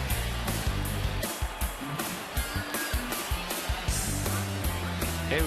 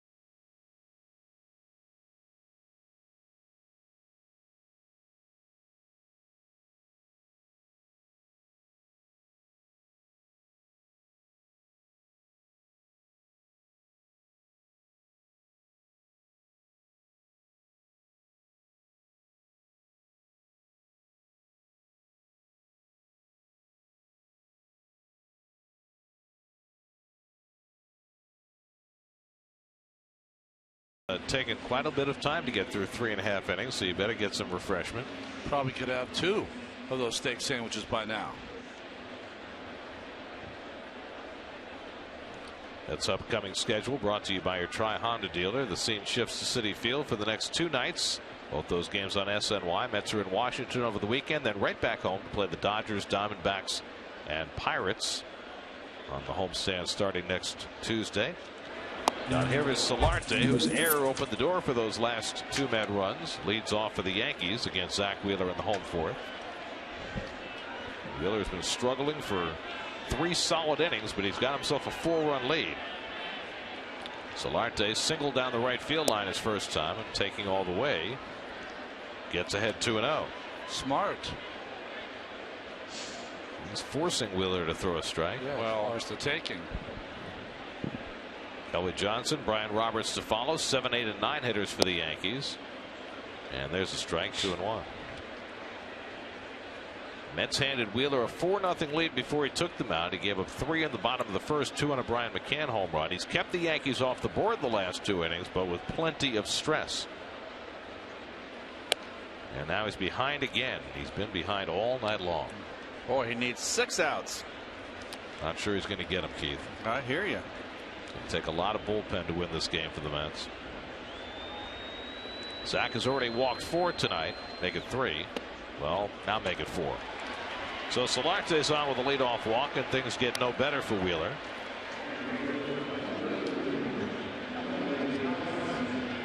And now he'll take on Kelly Johnson with a man on. There has not yet been any action in the Mets bullpen, but that may change momentarily. There is some stirring around. David just went in to speak to Zach. Who knows what he said, but I'm sure it wasn't kind words. Let's go. So Dave Rockenell, the bullpen catcher, pop out of the house there. That means somebody's ready to throw. 17 batters, 8 have been on base. A bullet double play got Wheeler out of trouble in the first, and a fine play on a fielder's choice by Murphy in the second. That was huge. This game could have been. This game could be like 7-7 right now. That was the ball hit by Johnson in the second inning that Murphy made the fine play on, and now Wheeler behind on Johnson 2-0. Well, you know, there are nights when pitchers just don't have it, and you're trying to win a ball game. That's right. It's about time to get him out of You it. have to identify those times. Mr. LeGrom getting him up. Needs some long relief. A lot of times a pitcher doesn't deserve a W when the guys get you a big lead. No truer words spoken, Keith. You're right. It won't be DeGrom in the middle of an inning. I doubt it. It'll be a reliever. If it's in the middle of the inning, DeGrom will be a guy that'll start an inning, I think. Yep. Yeah, you're right. Good call, Ron. DeGrom just got off the plane from Vegas. He's never relieved in a professional game, so get loose, kid. You have to make it as much like a start as you can, at least the first time out. 3-1 to Kelly Johnson, and there's a strike. 3-2. See, I disagree with that 3-1. Kelly Johnson's got some pop. Well, Daisuke Matsuzaka, who did not warm up without the hat, will go right to the hat on warm up. A little faster than usual for Daisuke. 3-2. Johnson fouls it away. So Daisuke's been locked into this pattern where he warms up like a starter. He takes the initial warm up in the 3rd or 4th inning, and then he's ready for later in the game. Well, doesn't have the luxury tonight. And also he's got to stop that. I mean, that's nonsense. You can't do that all season long. So you know, he should be adapted in that bullpen by now to be a more traditional, you know, 18 to 25 pitches, ready to go. Well, this will be a good test, because if he comes in and he's successful, that maybe will convince him that he doesn't need that full extra warm-up. 3-2 from Wheeler, and he walked him. Wow. So back-to-back walks to start the 4th after the Mets just tacked on a couple of runs. And all Dan Warthen can do is grimace. He's got to come out, because he's got to give Daisuke some time to get loose. So he's got to come out. And you know what? Walk out. Don't run. Yeah. Walk. But he likes to run. I know he does. Steal, I know he's stiff. I know. A little sedentary on that bench all day. Hey. That works out hard. Well, you got to waste as much time as you can. Yes. Force the home plate umpire Jerry Lane to come out and get you. When I was pitching poorly for the Oakland Athletics, Tony La Russa would motion to Carney Lansford. Carney Lansford would come in to talk to me. As soon as he talked, you knew you were out of game.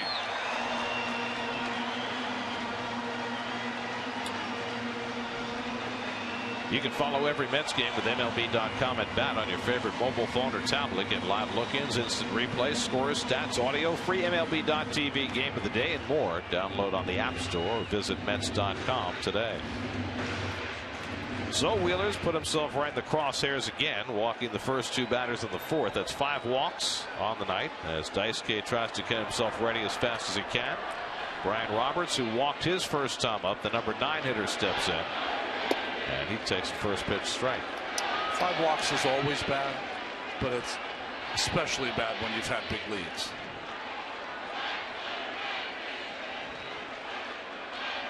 Wheeler's gotten 1 ground ball double play tonight. He could sure use another. Now he's ahead on Roberts, 0-2.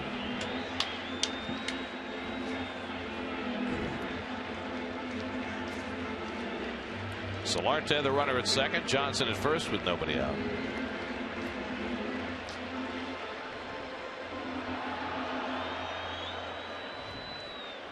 Just a manageable number of pitches in a short period of time. Still nobody out in this 4th inning. And Roberts lifts one foul. You know, they always say that you judge a good golfer by his bad shots, how good his bad shots are. Well, you judge a pitcher kind of the same in the way that when you have your good stuff, you're going to have great games. But when you are not on it, can you battle through it? Can you toughen up enough to get enough outs? He's there. There's always a triple play. In the air, right center. Granderson comes over to call. Solarte tags at second. He'll go over to third. And that's the first out of the inning. Johnson holding at first. So runners to the corners and 1 out. Now the Yankees go to the top of the batting order for Brett Gardner. Gardner's second at bat with the runners on first and third, less than 2 outs. Struck out in the 2nd inning. Wheeler at 95 pitches with 1 out in the 4th, so is there a reason to think, even if he's able to get through this inning, that it will be his last?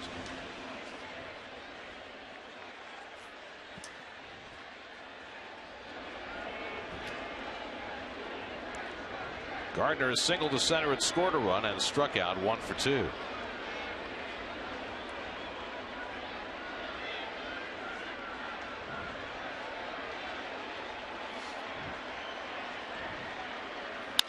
Line right center, base hit. That'll bring in a run. Solarte comes in to score. An RBI single for Brett Gardner cuts the Met lead to 7-4. Boy, Kelly Johnson's got to go first to third there and challenge the arm of Granderson. Oh my word. Hanging slider right down the pipe.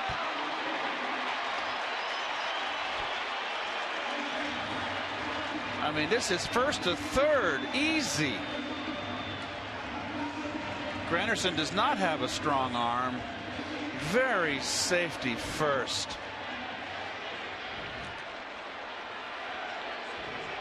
So now Jeter, the tying run at the plate in a 7-4 game.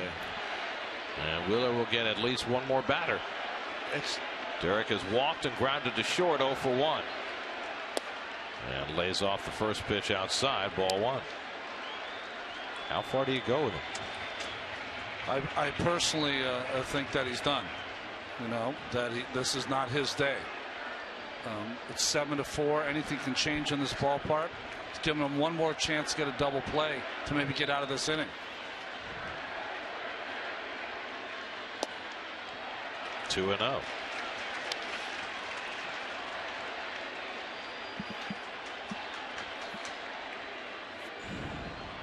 Johnson at second, Gardner at first, and 1 out. Daisuke trying to get himself ready. How long that'll take? Well, maybe he's ready now. Wheeler behind the count again. 2-0 on Jeter. And Jeter grounds one back to Wheeler. Out at second. Tejada trouble with the throw, but gets rid of it. Double play, side retired. That ball hung in Tejada's glove, but he was still able to turn it over for the 1-6-3 to get Wheeler through the fourth with just the 1-run scoring. Nice play by Tejada. Good pickup by Duda. Mets turn their second double play of the night. 7-4 Mets after 4.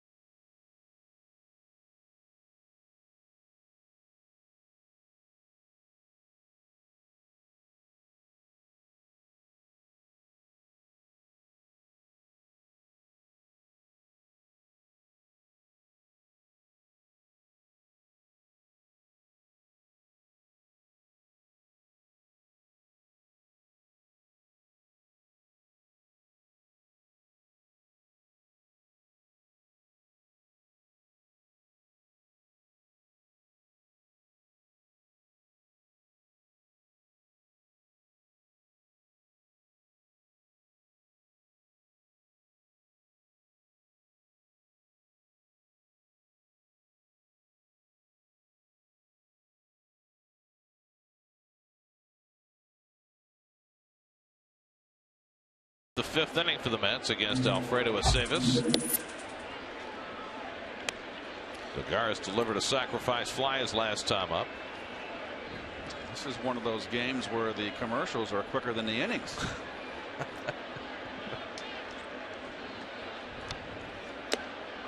Well, we're about to hit the 2-hour mark, time played, and we're starting the top of the fifth. Zach Wheeler having just a dreadful time of it, and yet the Mets have a lead. Just think about it. We'll know the Rangers score before we leave here tonight. Unless they go triple overtime. That's right. That's right. Lagares, Duda, and d'Arnaud against Aceves, who gave up a run-scoring hit to right, then got the final 2 outs in the fourth after coming on in relief of Vidal Nuno, who lasted just 3 1/3.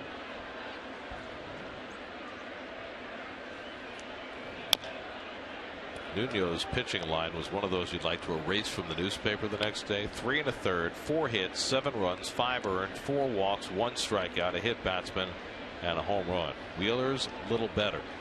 There it is, 99 pitches in 4 innings. 5 hits, 5 walks, 2 strikeouts.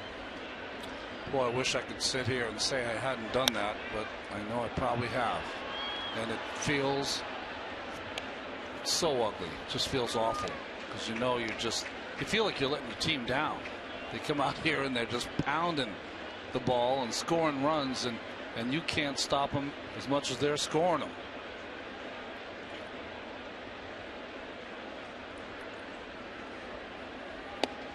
Well, the way this game and this series is going, it would behoove the Mets to continue scoring them. Because unless Wheeler's going back out there for the fifth, which I guess is possible. Looks like he is. Yeah, the Mets are going to still have to get a lot of bullpen tonight. They've got the reinforcement now with DeGrom, but you know, Mejia pitched his first game out of the pen last night, got the win. Wouldn't think he'd be available today to come back to back. Well, you don't know who your closer is. Terry Collins said as much before the game. It's all going to depend on the situation when they get to the ninth inning if they have a lead. 1-2 on the way, breaking ball, and did he go? He held it in time. Mike DeMuro with the call, 2-2. I mean, there's a changing of the guard going on in the Mets bullpen, but you know, on this day, this particular day, it's going to be fascinating to see how Terry uses what he's got down there. 7th pitch to Lagares, and he fouls it back. Listen, this is the kind of game that you could use DeGrom. And I know, you know, that feeling of, boy, he just got here, he just got off the plane, too bad. You know how that could be used as such a positive by a pitcher? So that excitement, that adrenaline flow. Well, it's Daisuke who's staying loose. Again, the 2-2. Lagares fouls another fastball. Jake DeGrom at least loosening himself up. Jacob. You know, I asked him today. Yeah. I said, you got to make a decision. Is it Jake or Jacob? He said, I don't know. I said, you got to choose. He said, thought about it. Jacob. And so it is.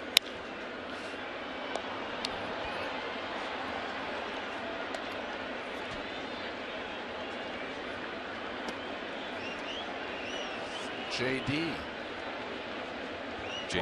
But not for you. If you're calling the game, you got to have a name. 10th pitch of the at bat coming from Aceves to Lagares. Step out. Aceves is known as Ace. Certainly can't just call him Ace when he comes in. How can you be Ace when you're number 91? Just telling you his nickname. Don't shoot the messenger. Gee. Little looper, shallow center. Ellsbury coming on, and he can't get it. Lagares trying for second, backed up by Soriano. The throw, not in time. A hustle double for Juan Lagares. You got that right. Big time hustle. Big center field. You really got to have a center fielder here at Yankee Stadium that can go get him. And this is all, the extra base is all about Lagares out of the box. He's always hustling. He turns the Jets on there. 9th double of the year for Lagares. He's in scoring position with nobody out. The Mets' 6th hit of the game. And now Duda, who has singled and walked tonight. Yankees put on the full shift against Duda, with Jeter alone on the left side. And the off-speed pitch in for a strike. Boy. Well, that was quite a turn at bat for Lagares. Well, they got fortunate there, but he really fought off some tough pitches and got a little flair out there. A hustle double. Put it in play. Don't strike out. You might get a hit. It's true. Where did I hear that? Cutter misses inside to Duda, 1-1.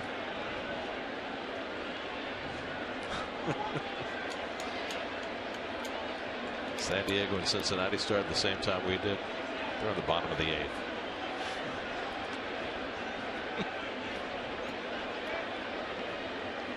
Here's the 1-1. I know this is a Mets-Yankee game, but it has a feel, if you've watched a lot of them, of the Yankees-Red Sox game. Yeah. The exact same kind of game. So it figures the Aceves would be. Yeah. He's a Yankee, he's a Red Sox, he's a Yankee. Turned me into a hockey fan. Oh. Wow. Come on, stay with us, bro. Big stuff to come.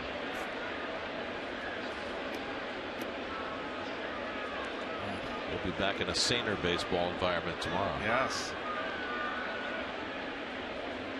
2-1. And Duda takes it high. 3-1. Listen, everything is north of Friday night against the Phillies, Keith. You were not there. Oh, you were there. I was there. Oh, boy. That put baseball back into the Stone Age. One of the worst games ever played in the history of the game. 4.5 hours, 5 runs, 32 left on base. Oh.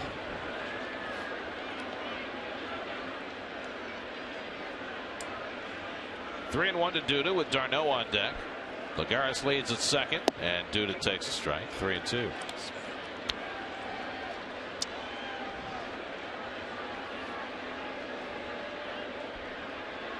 Loves the 3-2 changeup of Aceves.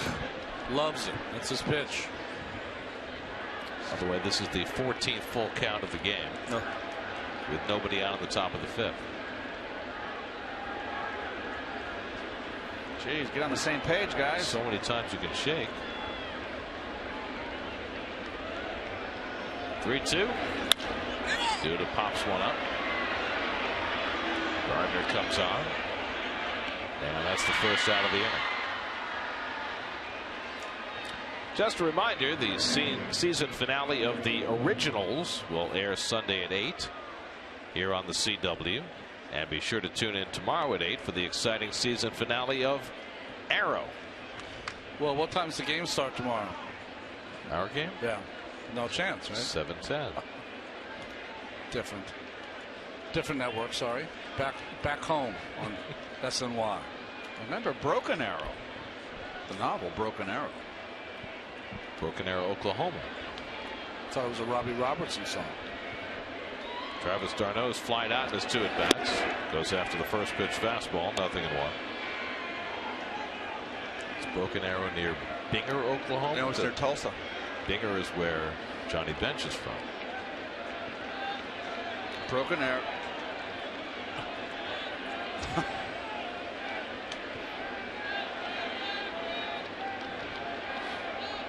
Lagares at second and 1 out.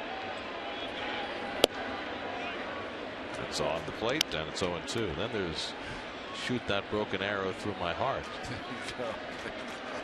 Who did that song? I don't know. Some early 80s. That's right. Like Depeche Mode kind of band. Aha. Till Tuesday. Here's the 0-2. Poked foul.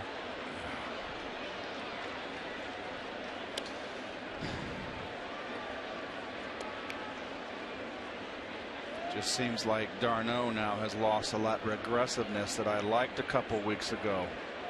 Taking more fastballs than you can shake a stick at. The save is ahead of him 0-2 with Tejada on deck. And Travis bounces one to short. Jeter on the charge. 2 out. Lagares moves to third.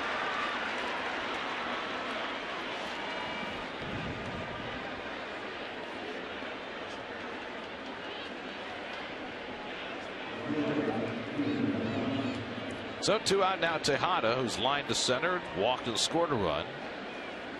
Daisuke Matsuzaka continues to warm up. I have a feeling he'll be in when we go to the bottom of the 5th. Yankees will have the heart of the batting order coming up.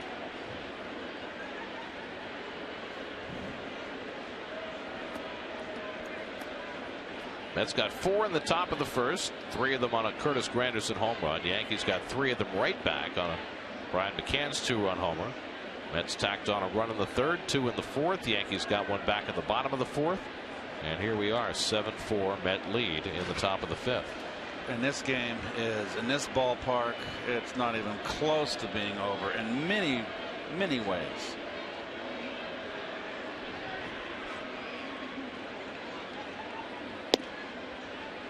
Tejada, who's had good swings for the last 3 days. He would not have been in the lineup on Sunday against the Phillies had Wilmer Flores not come down ill.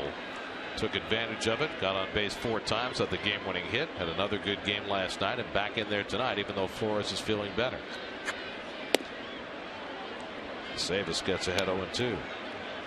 Savas seems like he's been ahead of everybody 0-2. You can't put anybody away though. Gets ahead and hasn't got the knockout punch. It's a rapid puncher.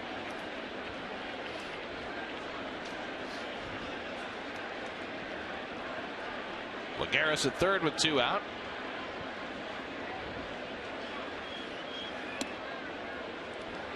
Whoa, that almost got by McCann there. That was almost trouble. Well, he was sitting inside because he was trying to get that fastball in, and Savas threw it on the other side of the plate.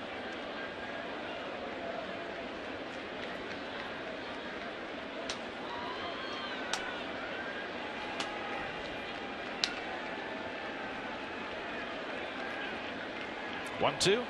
Line drive off the glove of Savas and into center field. And that brings home Lagares with the 8th Met run. Ruben Tejada with another line drive. And he drives in the run to make it 8-4 New York. Well, I guess what they used to call a little nickel slider right here. And Ruben takes advantage. Ahead in the count and just a little. Look at this. Oh, my word. Right down the pipe.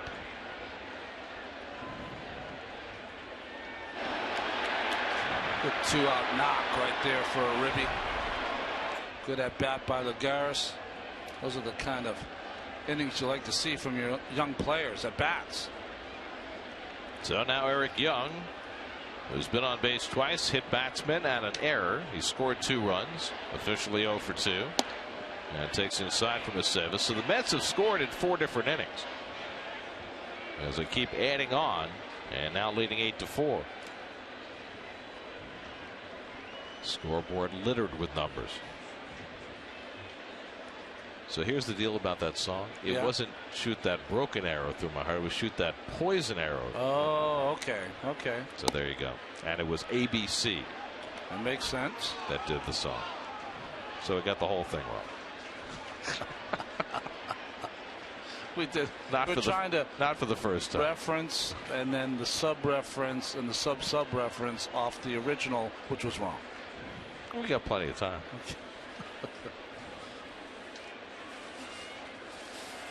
Tejada at first and 2 out. Well, what about the rejuvenation of Ruben Tejada these last 3 days? Hitting line drives, good turns at bat, solid in the field. It's almost as though he got a wake-up call. You know, it was what, his 8th or 9th wake-up call, and this one stuck? Or is that just extrapolating too much? Jury's still out. Come on. A couple of good days. Keep it going for a couple of years. Then we'll think about it. Well, I know this. Terry Collins is going to keep running him out there as long as he keeps playing like this. Well, and you know what? The Mets roster doesn't have enough stars on it that you should be assured of a job. You don't play for a couple of days, well, someone else in there. Give them a shot. That's what it should be all the time. EY lays off and it's outside, 3-1. And I tell you what, you got the guy that came up to put the pressure on him, and he comes down ill. Gosh darn, I get an opportunity to play. They call me up. I better have pneumonia and be in the hospital. I remember I said to Gary, I said, you know, this is Wilmer's opportunity. Maybe one of the last. Maybe while he pipped himself. That gets away. Ball 4. Tejada takes a turn at second, but he'll stop there. Wow. So Eric Young on base again with a 2-out walk, and Daniel Murphy will come up with 2 men on. Mets have drawn 5 walks tonight. 10 walks in this ball game and a hit batsman. Larry Rothschild knows the path to the mound. God. There's nobody up in the Yankee bullpen, although that looks like it may be about to change. So far, nothing. Well, the Mets been scoring in 4 of the 5 innings. 4:01 to start. We got the Rhode Island area code. We're just waiting for the number. Tell you what, there's going to be no grass.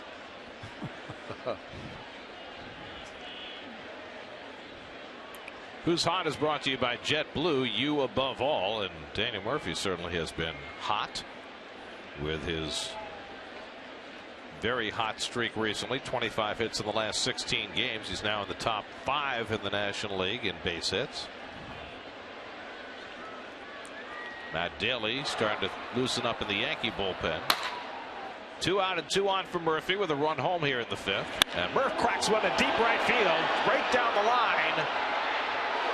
And it hit the foul pole, a home run.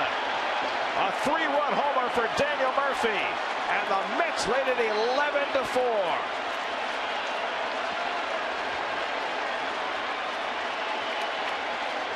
The Mets' second 3-run homer of the night. Murphy's 3rd of the year. And the Mets have now broken it open. They lead by 7. Well, there's a smart hitter, and maybe the Mets in that dugout should take a look at Daniel Murphy. You got a pitcher out there in big trouble. First pitch, fastball hitting. Not sitting there and taking one. Well done. Murph liked it. It was high off that foul pole. That one was way up there. The only question was fair or foul. And it stayed fair. Barely. Those stay fair because they're hit so hard they never have a chance to curve. David Wright's already 3 for 3 tonight. Mets have only 8 hits, but now a season high 11 runs. Boy, oh boy. And hit the foul side of the, oh, and hit it pretty square. I mean, that was upper deck level. Yeah. Murphy's only hit 3 this year, but he's hit a couple that were just out of sight. The one he hit in Florida, and then this one. Well, Terry Collins sensing maybe that this is a get the team rolling here, get the engine running.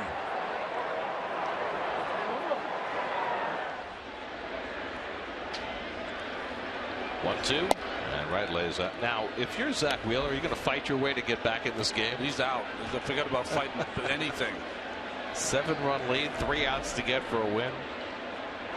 Murphy's pumped. 4 RBIs tonight for Murphy. That's the guy to talk to right there. And the slider gets Wright looking. Second strikeout for Aceves, but a big inning for the Mets. They add 4, 3 of them on one swing at the bat. Daniel Murphy using a little body English off the foul pole. 3-run shot for Murphy. We are halfway through. Mets 11, Yankees 4. Well done, Murph.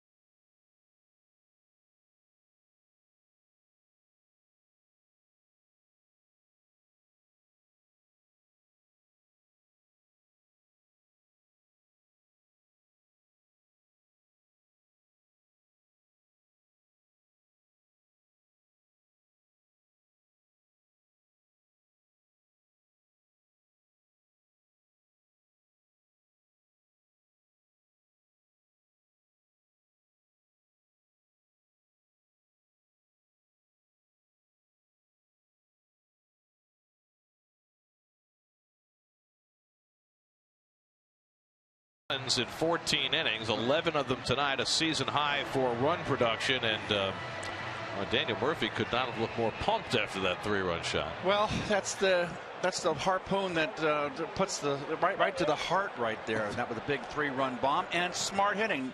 Got a pitcher in trouble. First pitch fastball. He can't find the plate. Go to ripping.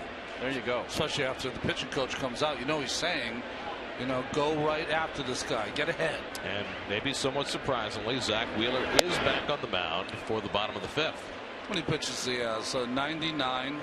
So they're thinking that if he gets through unscathed, he's around 114, 115.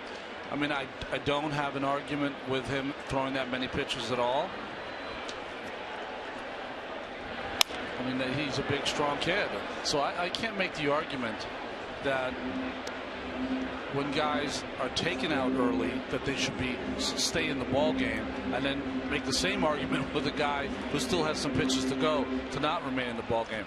The issue is that they scored 4 more runs, right. So they have a 7-run cushion, so they have an opportunity to give this kid a chance to go 1, 2, 3 and get a win. If he walks anybody, if he gets in trouble, he's out. Adios. I mean, Daisuke is ready. He's ready to go. He's been warming up for an inning and a half now. Ellsbury's 0 for 2. Couple of ground balls, one of them into a double play. And again, Wheeler finds himself behind on the count, and that's been the case all day long. It's been 3-1 on the world. 2 straight changeups. I don't have no comprende.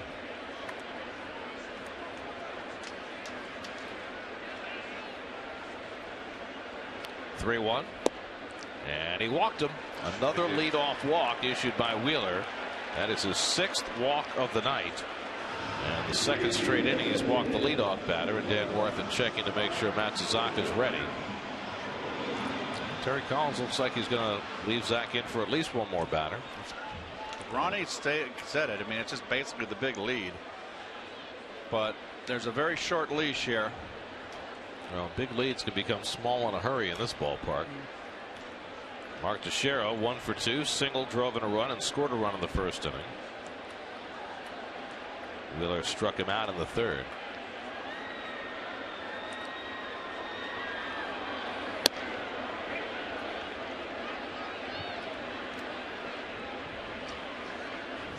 Well, I'd like to be the home plate umpire in this game. Jerry Lane is going to lose some serious pounds.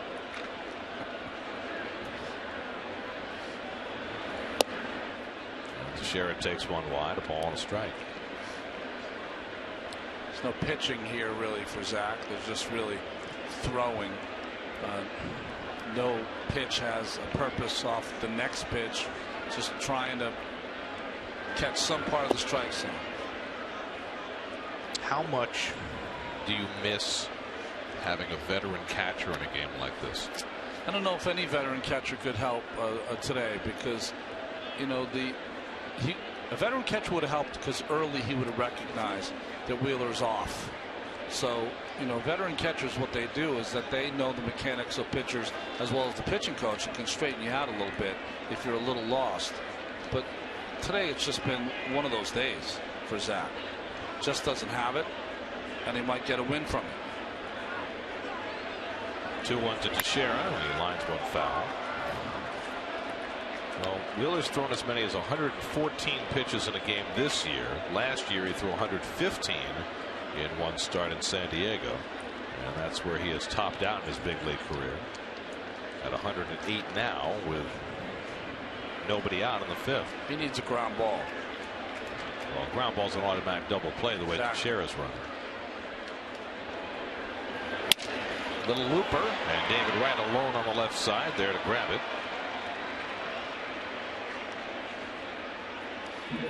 Today's game is brought to you in high definition by Time Warner Cable. Enjoy better.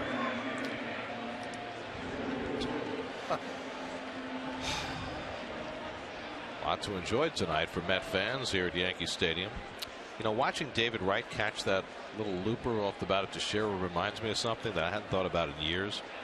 You know, Mark Teixeira, when he was in college at Georgia Tech, was a third baseman and was drafted out of college by as a third baseman in 2001.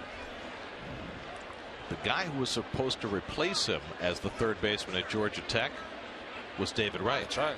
David had been recruited by Georgia Tech, would have gone there had the Mets not drafted him first and made a good offer. I mean, some of the best players have ran through there last 20 years. Nomar Garciaparra, Matt Wieters, who just went on the DL. Jay Payton, Jason Varitek, Charlie Blackmon. I didn't know that. Okay. What a year he's having.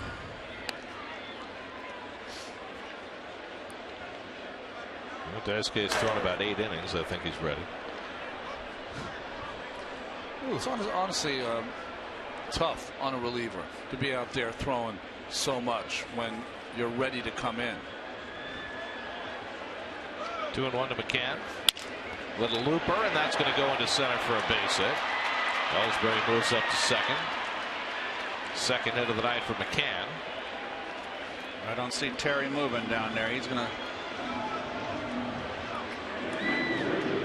give him a chance. My goodness.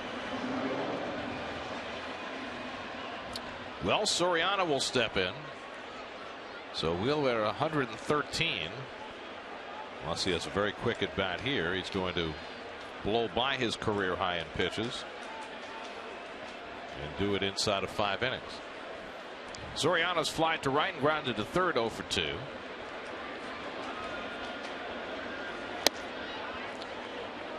Well, Wheeler, who came out of the box tonight throwing 96, 97 miles an hour, and this is something we've seen a lot with Zach. The velocity on the fastball diminishes as he moves through the middle innings. I have no interest in his velocity, to tell you the truth. I have interest. Can he throw his secondary pitches for strikes? He throws fastball for a strike tonight.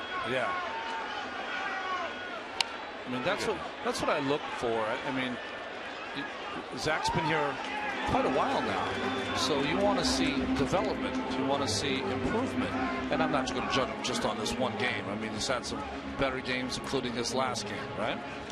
But you want to see the percentage, Gary, go from 18% breaking balls going over the plate to 22 to 25. That general increase where the hard work in between starts is paying off. Soriano just helped out Wheeler big time. He's 0-2. It should be 2-0. Darno moves outside, and he can't get him to chase that one. 1-2. So Wheeler's now thrown more pitches in this game than he has in any of his 25 major league starts. I will say, though, next time he throws on the side will be a back to the blackboard kind of session. 1-2. Well outside. 2-2.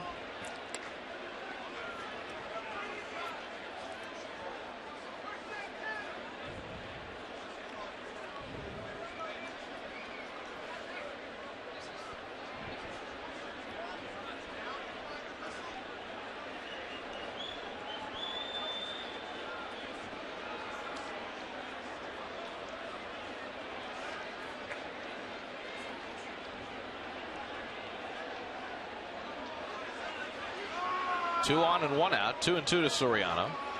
Breaks his bat, hits it over the bag. That's a fair ball. Ellsbury around third. He'll score. McCann pulls in at second. An RBI single for Soriano. It's now 11-5 Mets. And that's Terry Collins is to the top step of the dugout, and he, I think, has finally seen enough. A really poor outing by Zach Wheeler. He'll leave after 4 1/3 innings, having thrown 118 pitches. No chance for a win, even though the Mets have a 6-run lead. So Wheeler will exit. Daisuke Matsuzaka coming on. Call to the bullpen brought to you by Audi. Truth in engineering. We'll be right back to Yankee Stadium.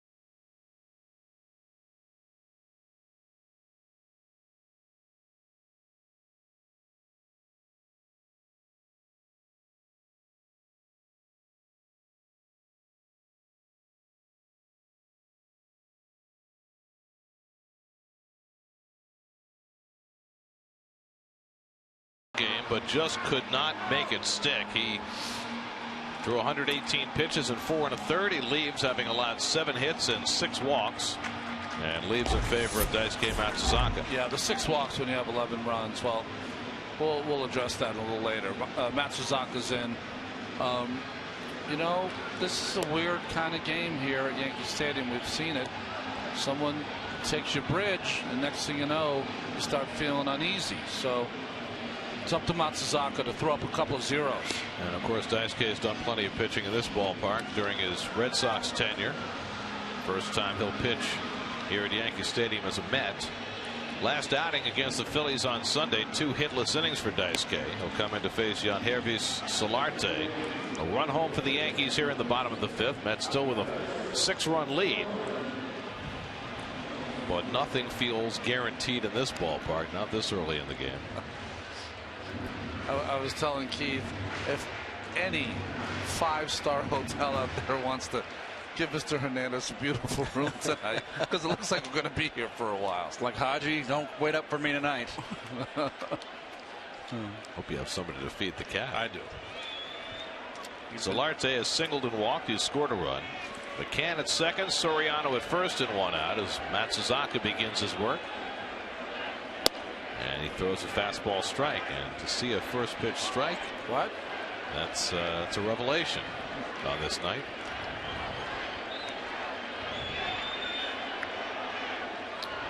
Well, it's not Wheeler's shortest outing of the year. He went 4 innings in that start in Colorado when he gave up 6 runs in the first 2 innings.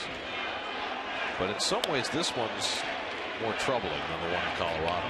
Well, yeah, it's more troubling, and it's also it should be a wake-up call for Zach. You know, it's not like he's assured of getting 32 starts here. It doesn't matter what he does. If he doesn't pitch well, there's a lot of people behind him that have an opportunity to take his spot. So behoove him to get it straightened out 2 days from now when he throws on the side. That's a very interesting point you make. And I wonder, is that something that he knows intuitively or something that needs to be pointed out to him? I'd point it out to him if I were the pitching coach. Yep. I'd say, young man, this is going to be some tough love, because that is just not acceptable with your kind of talent. 1-2 from Daisuke, and Solarte takes just off the plate. Daisuke thought for sure he had it, but Jerry Lane said no. Listen, Vidal Nuno had a tough outing for the Yankees, okay? And it wasn't a good one. Looked like a good pitch there. I think Jerry Lane called it low. But, you know, he certainly doesn't have the talent that Zach Wheeler has. Zach, with 11 runs, should skate through a game. Yep. Well, he lost his edge very early in this one.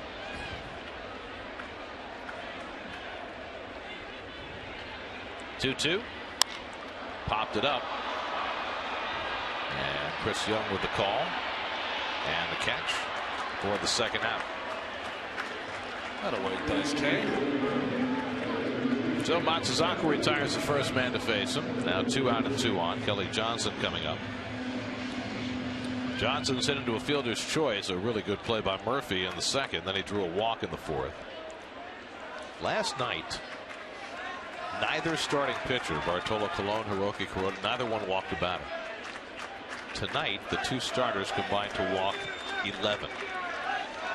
That's unacceptable. Only acceptable in A ball. You'd be mad there, too.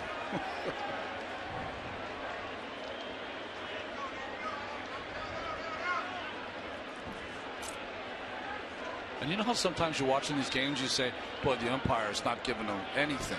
That's not been the case with Jerry Lane. He has been trying to find a strike by these 2 starters. Like, throw one close, boys. No ball. Well, don't worry, Jerry. Smith & Wolanski's grill stays open late. That'll be very late. It is. McCann at second, Soriano at first. No speed out there with 2 out. Daisuke ahead 0-2. And Johnson watches, strike 3 called, and the inning is over. So Daisuke comes in and settles things down, gets a couple of outs. We are through 5 at Yankee Stadium. Mets 11, the Yankees 5.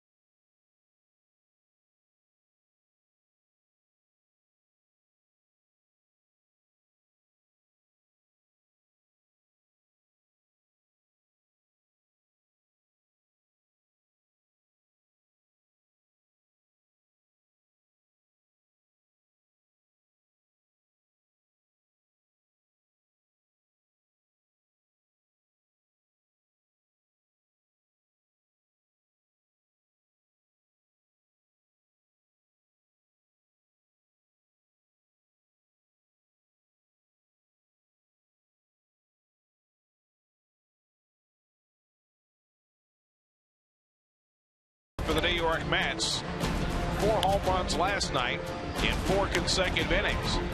And then tonight, Curtis Granderson added again a 3-run shot in the first. Daniel Murphy a 3-run shot of his own. And the Mets, after winning 9-7 last night, have an 11-5 lead as we head for the 6th inning tonight at Yankee Stadium. Mets finding their power in this home run producing ballpark.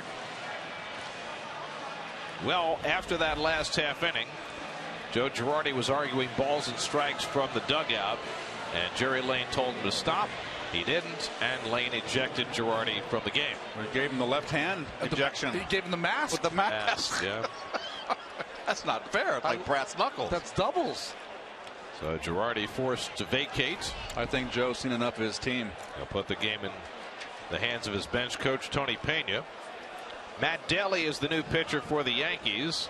Youngster was born in Flushing, grew up in Garden City. Chris Young leads off for the Mets and takes a strike. Who's Joe kidding? I'd get thrown out of this game if I could. I don't know what you're going to do. I don't know what the Yankees are going to do.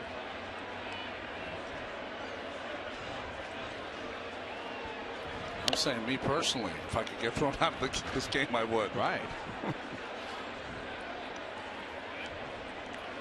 Well, you know, last year they did an exceptional job. They lost a lot of players, and they just kept plugging and going and stayed in it through September.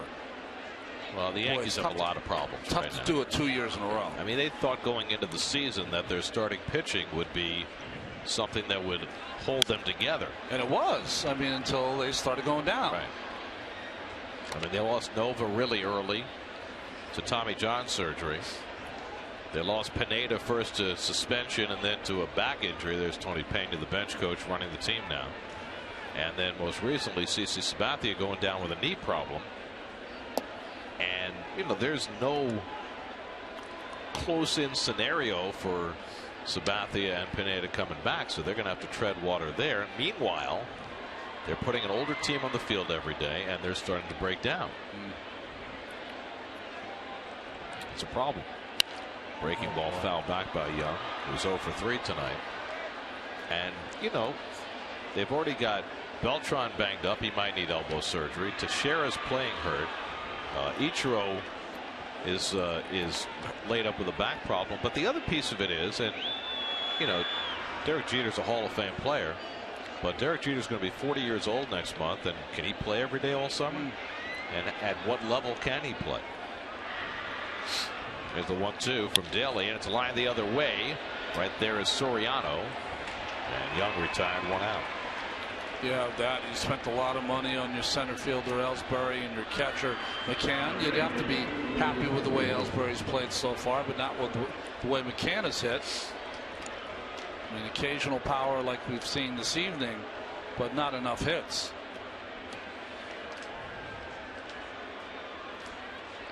So now Granderson, who hit a 3-run homer in the first inning.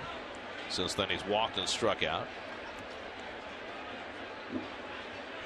And listen, both these teams have tons of question marks, but the thing that you have with the Mets, you got some youth, youth that you think is going to get better. Well, the other piece with the Yankees is, I mean, last year with all of the overachievement that they had from all sorts of spare parts, they won 85 games, which for most franchises would be an okay season considering all the problems they had. But that was the fewest games they had won in any full season since 1993. And that's why they went out and spent $500 million on free agent contracts. There's an expectation level that, 85 wins just not acceptable. So they, when you sign free agents, generally that means you're fielding a much older team. And that makes you vulnerable to even more injuries. It's kind of a vicious circle in some way. Yeah, and as far as the young players are concerned, I mean, they've had one of the greatest luxuries of all time with that core 4, with Jeter being the last one to leave. They're looking for a core 1 right now. 3-1 to Granderson, and Curtis with the half swing. 3-2.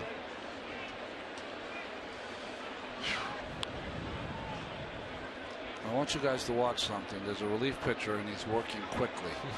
This is kind of like a dinosaur. He's a New York kid. Museum of history. He's a New York kid. He's in a hurry. Inside, Granderson is out of the walk. So the walks continue to mount. That's 6 of them the Mets have drawn tonight. It's a big league ball game, isn't it? I mean, think here. 12 walks and 1 hit batsman. And a plethora of leanas. And a partridge and a pear tree. Here's Juan Lagares, who had a pop fly double and scored a run his last time up. Also has a sacrifice fly tonight, 1 for 2. Granderson at first and 1 out. And Lagares takes one at the knees for a strike. I'm just afraid we're going to run out of snacks. Well, there's always plenty of popcorn. Already working our way through the popcorn.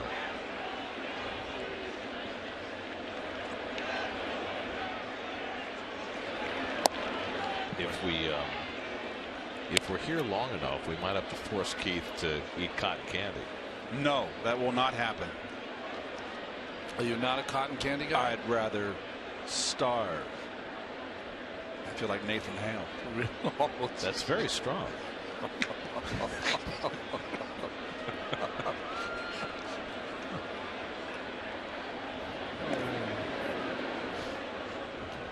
Thought you were going to drop a Patrick Henry.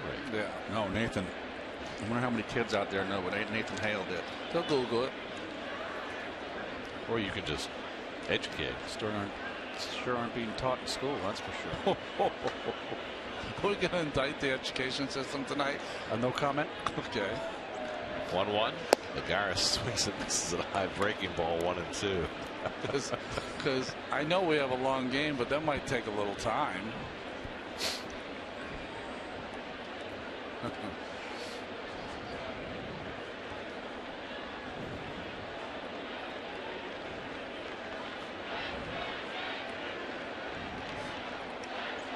One, 2 from Daly, and he gets Lagares for the second out. If you don't ask you a question here, 11-5, can you run? Yeah. This ballpark? Yeah. Okay. Yes, I think so. I think so. Just asking. There's always that magic mark, and you never know what that mark is. 8 runs. It depends on the inning too, how late in the game. Like if it was 11-5 in the 8th, you wouldn't run. No. Okay. It's a double-edged sword. You can score a lot of runs in this ballpark, so you can run. Yeah. But you can score a lot of runs in this ballpark, so why would you run? Unless you're Murph. Murph will run. That wasn't such a good move. Duda takes ball 1. Murphy's had a big night tonight. Yes, boy. He's red hot, by the way. That home run he hit, that was prodigious. Upper deck level off the foul pole. It was Ruthian. Due to 1 for 2 and a walk tonight. Hits this one to center field. Ellsbury misjudged it at first, but can get back for it. And that retires the side. A walk and 1 left. We go to the bottom of the 6th. Mets up 11-5.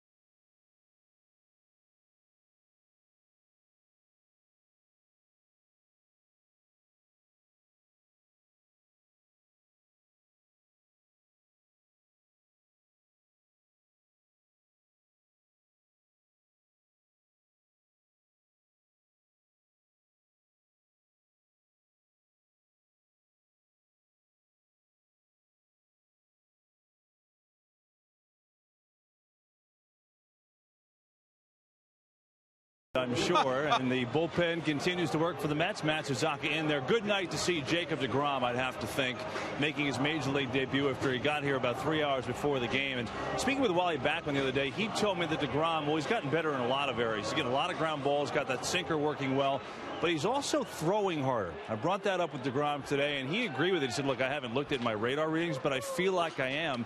He said, what I did is I looked at some tape in the offseason of 2012, 2013, and I noticed that, you know, my glove hand was kind of flying everywhere, and I think it made my front side inconsistent. So what I've tried to do is tighten it up, keep it closer to my body, and keep that front side tucked in. I think that's added a couple miles an hour to his fastball. Backman said, guys, that he was throwing, you know, even up to the mid-90s down there, which is harder than he's ever thrown. He's gotten a lot of ground balls.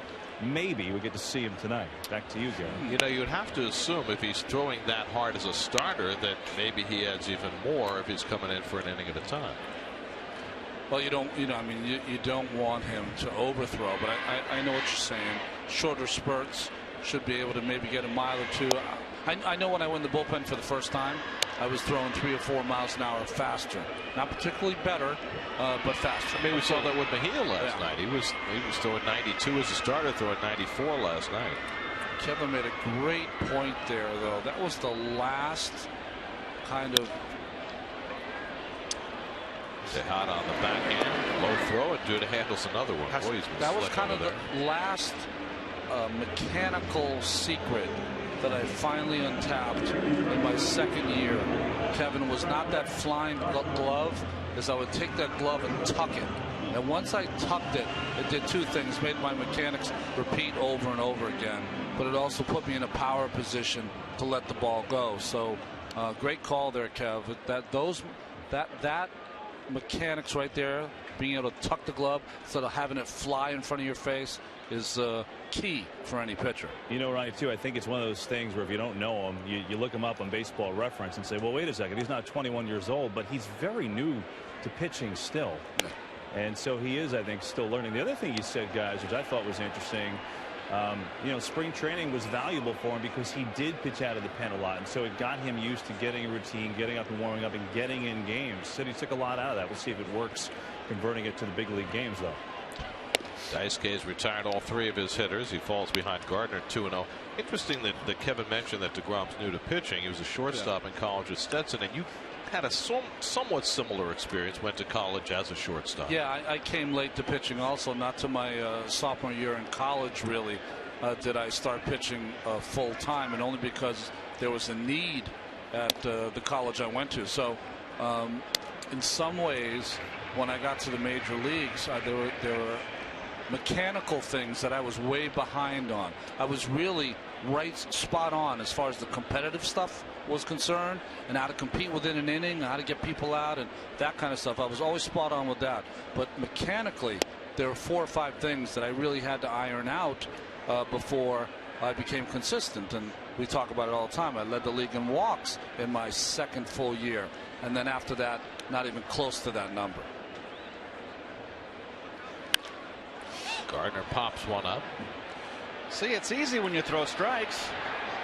Tejada's got it in fair territory for the 2nd out. By the way, Kevin, I did mean to ask you, have you and Keith been sharing a teller? Keith was on the way, and I was raiding his closet today. It's okay. Thanks for the jacket, buddy. You look good in the leather, brother. I thought you guys were going to be extras in the new Carlitos Way, too. Who's going to be Benny from the Bronx? There you go. Look at you. Look like my doctor, but Dr. Benny Boombots. How could you guys both be rocking leather together tonight? And in the middle of May. In the middle of May. Doesn't usually work that way. That's right. Derek Jeter's 0 for 2 and a walk. You know, I think 8 years, guys, just by osmosis, some of Keith leaks into all of us. Oh, yes. You know? Well, Kev, I got to ask you a question. You're down there in that dugout, 11-5 lead. What's the buzz down there in that dugout? Keith, I mean, if I had some sort of buzz, I would give it to you. I also watched the last 3 minutes of the Ranger game, so I couldn't tell you either. By the way, congratulations to the Rangers, 2-1 winners in Pittsburgh tonight. They move on. Yeah, they play the winner of Boston and Montreal. Hey, anytime in any sport you come back, you're down 3-1 in a best-of-7. That is sweet. So I got to ask you, Ronnie, what happens if it's Rangers Bruins? Where does your heart go? You know what? Think about it. I left my house to go to college, 17 years old. I've been in New York longer. I'm with the Rangers. Come on. That's where I live. Okay. That's the politic call right there. It's not really a politic call because my brothers will listen to this show and they'll be all over me. But there's 3 of them. They root for the Bruins, so they can do the Bruins and I'll do the Rangers. That makes it fun. It put you in the diplomatic corps, the State Department. Philip Habib. Exactly. Dag Hammarskjöld. Philip Habib. 2-2 from Daisuke, and Jeter goes down swinging. That's 5 batters, 5 retired for Daisuke. He's turned the page in this game. We can move on to the 7th. Mets 11, Yankees 5.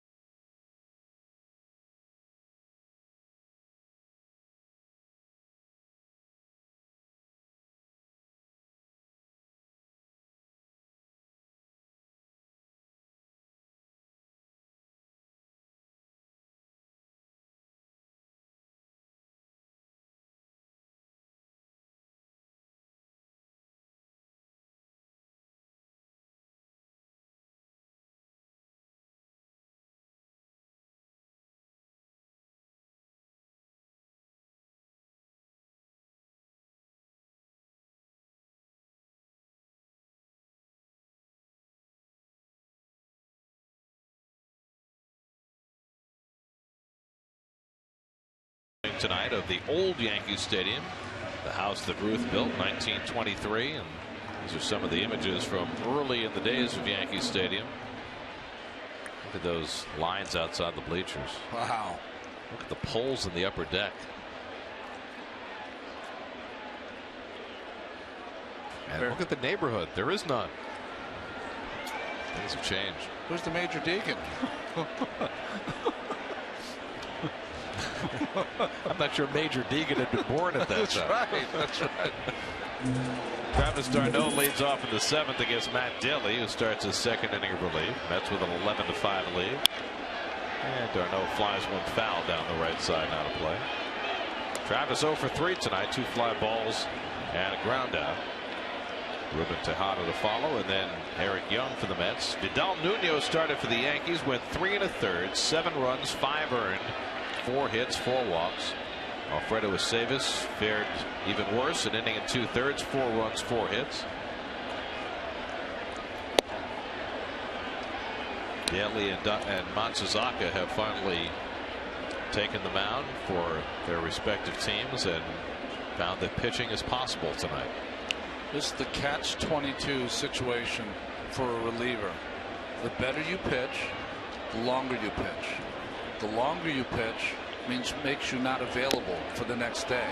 And how many pitchers have you seen come in this situation, throw up 4 scoreless, next thing you know they're in AAA? Yep, get sent down the next day because they need a fresh up.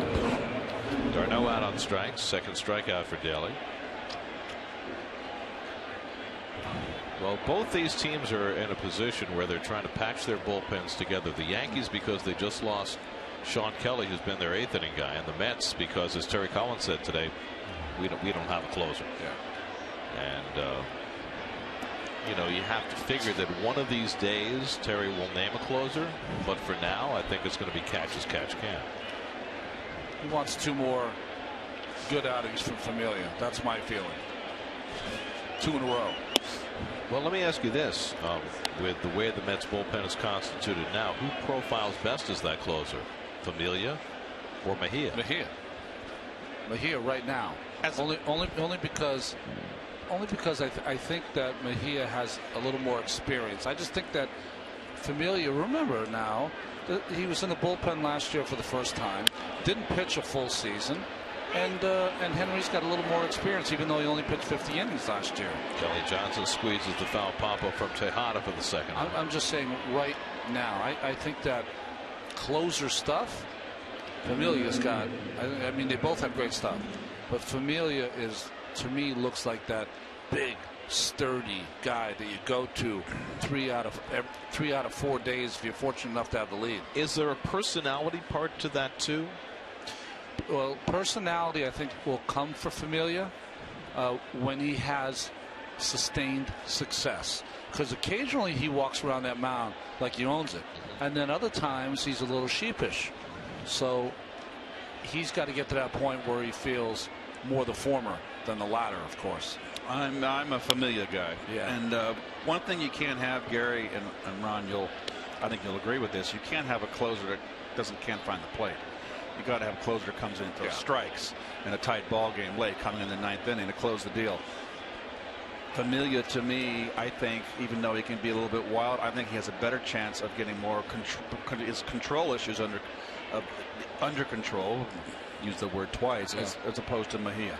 Mejia works so hard and puts so much into everything, where Familia really basically, you want a power pitcher out of there closing. It's fastball, hard slider. And I don't know if Mejia can give you 3 out of 4 days, Gary.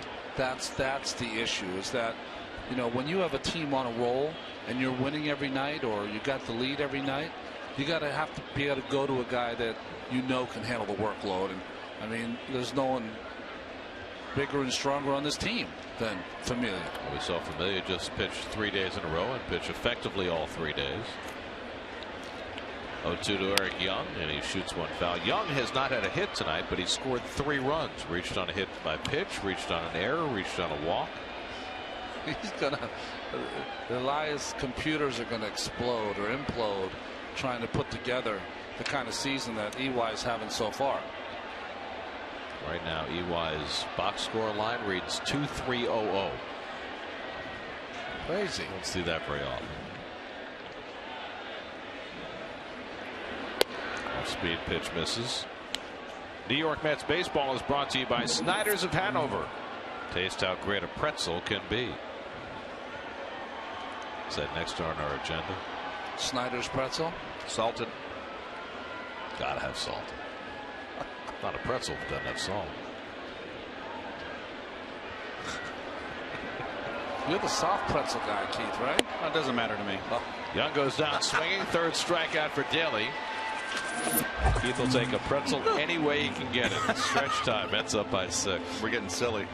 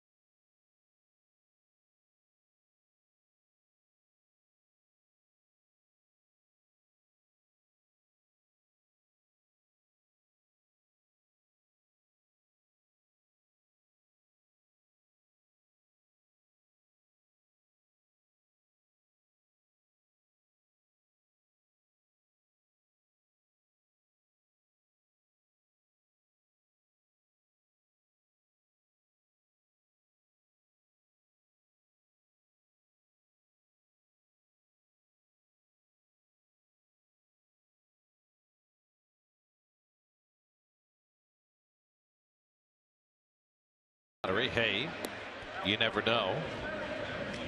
Look at the outside of Yankee Stadium as the evening grows late, and you come inside where the Mets are leading the Yankees 11-5, trying to make it 6 straight wins against their crosstown rivals. The Cooperstown plaque honoring Babe Ruth is in the yard tonight under display.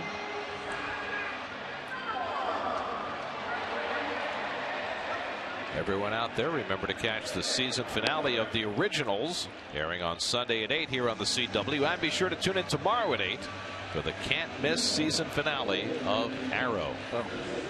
Well, they first started playing these interleague games 17 years ago. The first ever interleague game between the Mets and the Yankees, June 16th, 1997, a 6-0 Met win. Complete game shutout for Dave Malicki, which made him an all-time Mets hero. Struck out Derek Jeter in a half-empty Yankee Stadium with only Met fans on hand for the final out of that 9-hit shutout. Matt Franco was the start, huh?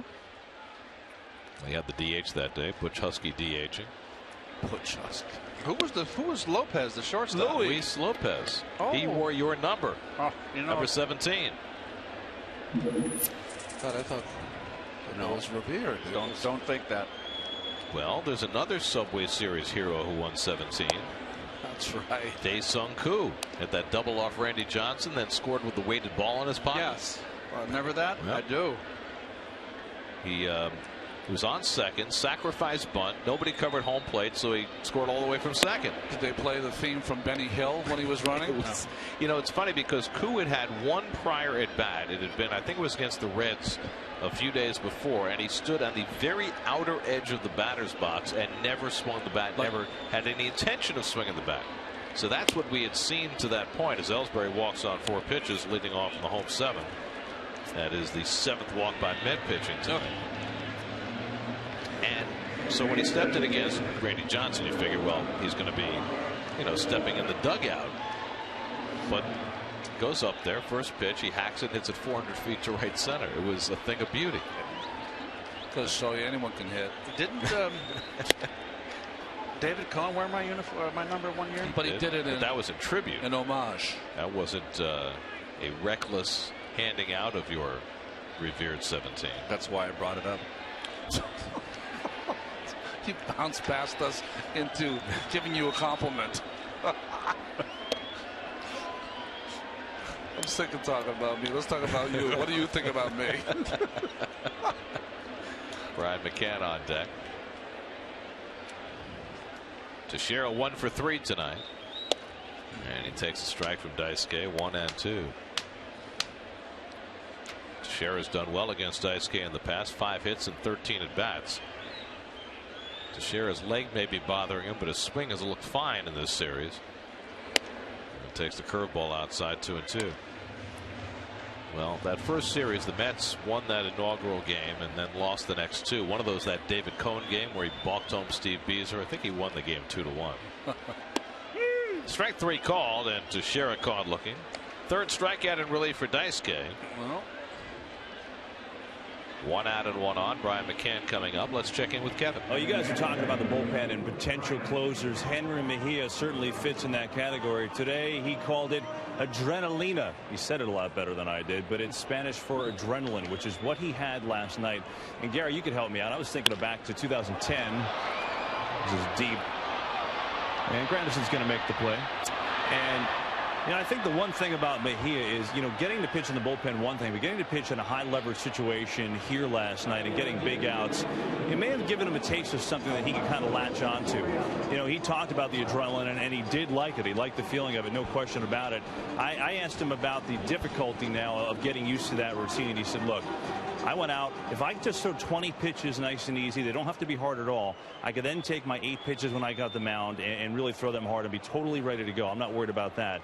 We'll see. Ricky Bonas said, you know, I think the biggest thing is going to be working on back-to-back days. As a starter, when he goes down to warm up, he's throwing probably 35 to 40 pitches. So it isn't a tremendous difference. I'm concerned with the back-to-back days. Terry Collins said he's not working today. Mejia told me, I want to work today, but clearly he won't. So we'll watch as it unfolds. Well, you know, Kevin, you go back to 2010 when he was brought north as a 20-year-old. He never got regular work that year, and, you know, he wound up getting hurt. And I think in his mind those two things are related, pitching in relief and getting hurt. And I think, you know, if used properly out of the bullpen, which he certainly was not in 2010, maybe that allays some of his fears and allows him to embrace the role.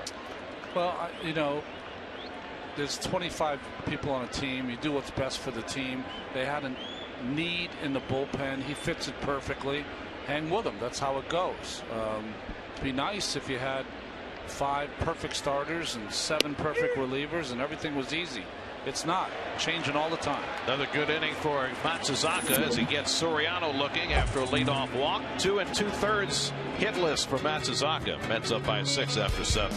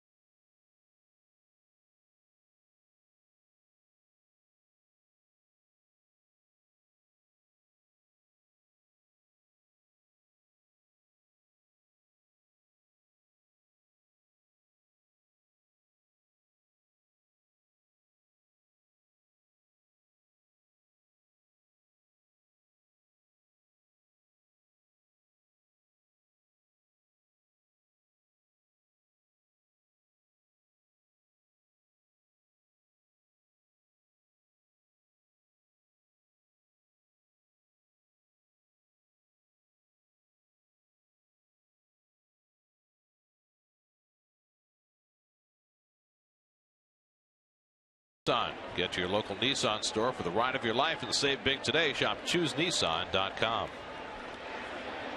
8th inning, Daniel Murphy leads off against Matt Daly, who starts his 3rd inning of relief. Murphy broke this game open with a 3-run homer high off the right field foul pole in the 5th inning. Also has a walk and a sac fly. He's driven in 4 runs tonight. 1 for 2. I've done something I've never done in the 9 years we've been doing games together. What's that? I missed an entire inning of scoring. Did you? Yeah, Darno, nothing. Tejada, WW. K F3K. Okay, thank you. There's your inning. How about that? That's just brutal. Well, You were talking. what were you talking about? You were talking about something important. Leather jackets, or that I was believe it before was that? about the bullpen. You were talking He and Familia. You were talking in class. It was. He was cutting up. Uh-oh. Staying after school. I can't stay after school tonight. I got a game. Wright and Young to follow Murphy. Mets scored 4 runs in the top of the 1st, 3 of them on a Curtis Granderson home run, and they have led every step of the way. Dicey at times. Zach Wheeler had a really tough time of it. Got knocked out after 4 1/3, but did not give up the lead. Murphy gets jammed and pops one up, and Jeter out to get it. 1 out.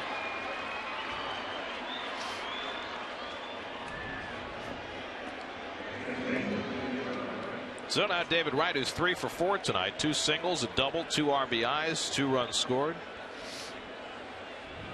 He's got an 11-game hitting streak going now. That's with the season high in runs, and they've done it with just 8 hits. But they've drawn 6 walks from 3 Yankee pitchers.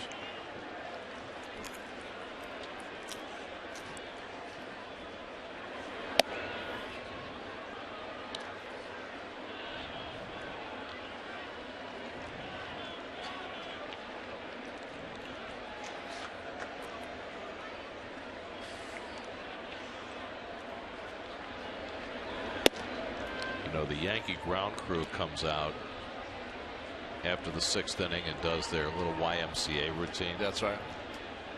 And I figured out how they have enough time to perfect that routine. There's so little grass in right field that they don't need a grounds crew out there. They just need one guy with a pair of scissors to cut the grass. That's right. Hedge clipper.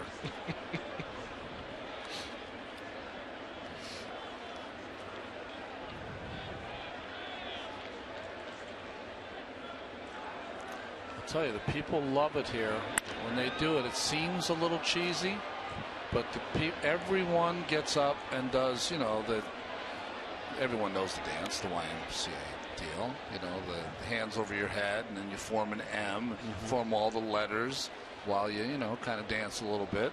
Anyone can do it. You don't have to have any dancing skills at all. Preston Claiborne up in the Yankee bullpen. So the question is, if that's not cheesy, how about what's going to come up after this half inning when they play Cotton Eye Joe? I know, I don't get that one. Every ballpark has its little picadillos, and sometimes you can't figure them out. Yeah, it doesn't seem like a New York kind of thing, Cotton Eye Joe. I mean, that seems like a Little Rock, Arkansas. Hagerstown, Maryland. Little dribbler. Ranging wide is Johnson, and Daly gets over to cover in time to get right. 2 out. Get to Citi Field for the Subway Series tomorrow and Thursday when the Mets take on the Yankees at 7:10. The first 10,000 fans can trade in old caps for a new Mets cap courtesy of Chevrolet. Take the train to the game with the Long Island Railroad. For tickets, visit Mets.com/Subway Series. And what an event it's going to be tomorrow night. Major League debut of Rafael Montero for the Mets, and the first Citi Field appearance for Masahiro Tanaka, unbeaten last year in Japan, unbeaten so far this year in the big leagues. I've seen Tanaka pitch once live.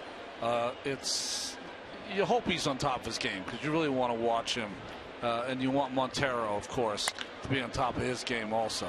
Foul ball. Around the Majors brought to you by Hyundai. Visit buyhyundai.com today.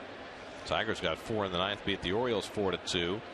Chase Headley homered off Aroldis Chapman in the top of the 9th. Padres beat the Reds 2-1, and the Angels beat the Phillies 4-3, and Mike Trout's return to the Philadelphia area.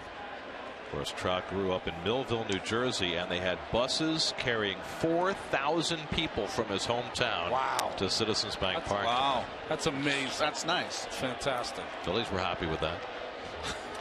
You guys don't mind tomorrow that I'm rooting for a pitching duel. I mean, No. These 2 games. After 9-7 and 11-5. Enough already. No, we need a nice, sparkling, crisp ball game. So you're saying like 7 scoreless from Montero. Tanaka gives a couple of solo home runs. There you go. There you go. How about a 1-0 ball game? There you go. On the Metsy side. And maybe Montero will get a hit. Oh, that would be hilarious. Historic.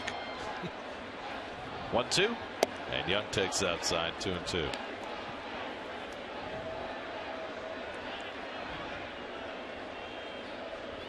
There's Tanaka. He's probably saying to himself, boy, we don't play baseball in Japan like this. Popped up. McCann should have room.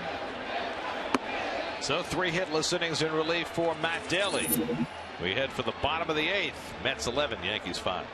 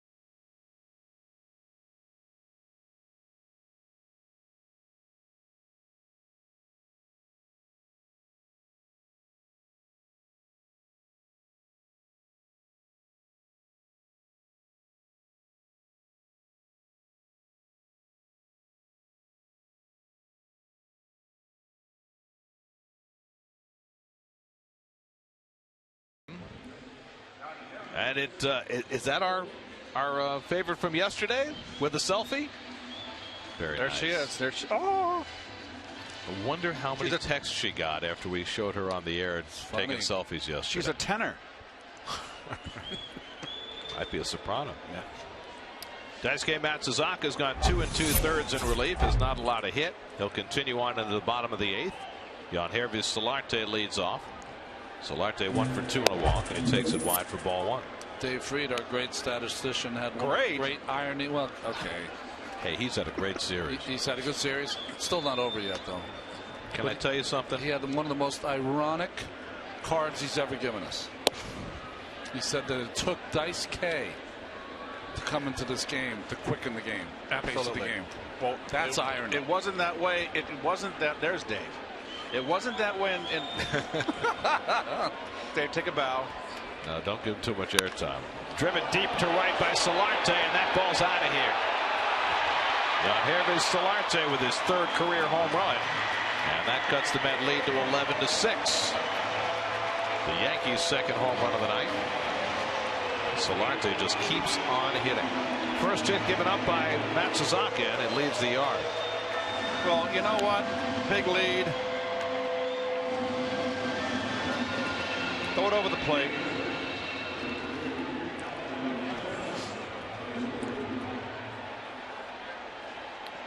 So Solarte leads off the bottom of the 8th with a home run. It's now a 5-run Met lead. Here's Kelly Johnson, 0 for 2 and a walk. And that'll get things stirring in the Mets bullpen. Well, fastball. I think it's Change up. Yeah. Stayed back. Got it up.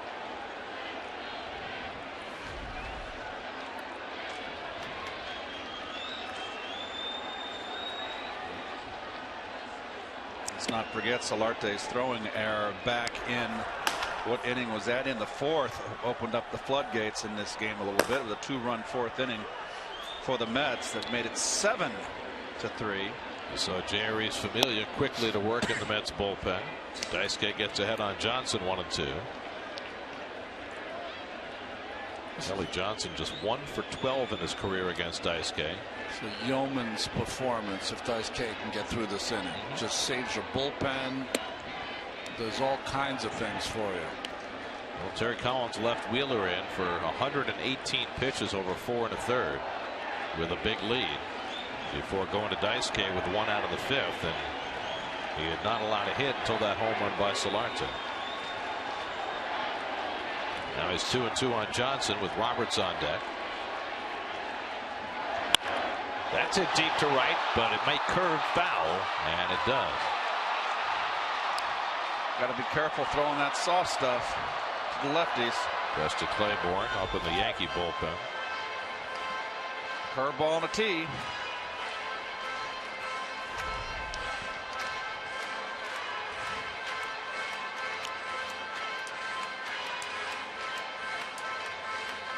Night getting a little chilly. Temperature in the 50s. Might take a few extra tosses for Familia to get ready.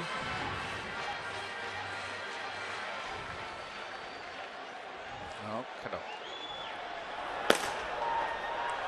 Familia had last night off after pitching 3 days in a row over the weekend.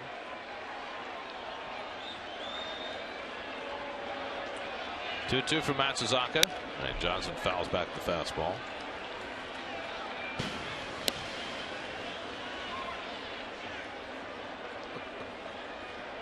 That was a good one. Side. Robin Trower, bridge over side. Cy as in Young.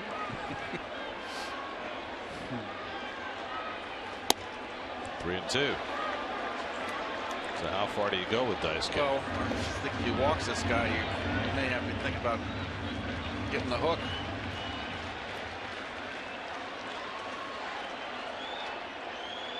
He's gone 3-2 now to Johnson after getting ahead of the count. And it's low, ball 4. So the Yankees showing life here in the 8th. Second walk given up by Daisuke. Danny Worthen looks like he might go out there first. Yeah, he is. Now you can hustle out there, Dan. Go on. Oh, you want to hustle now? Before buying time for the relief pitcher. Well, the relief pitcher's warm this time.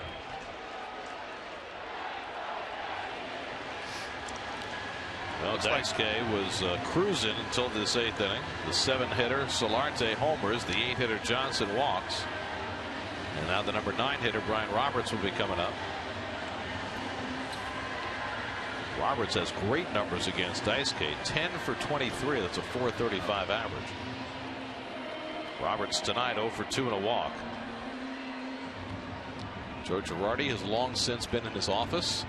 Got ejected after the bottom of the 5th inning, arguing balls and strikes. Tony Pena, the bench coach, has been running the Yankees.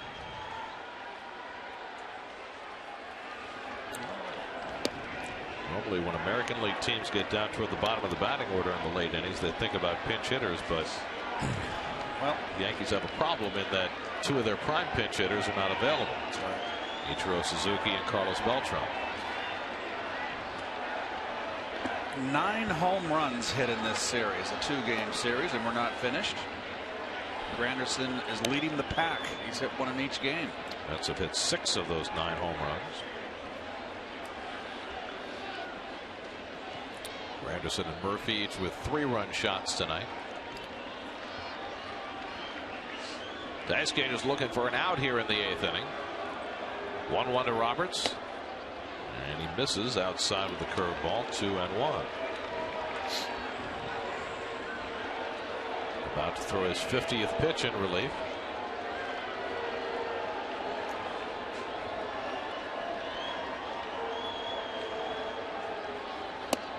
And that misses, and now it's 3-1. Got to throw one down the pipe here. This you would have to think, if he doesn't get Roberts, will be his last batter.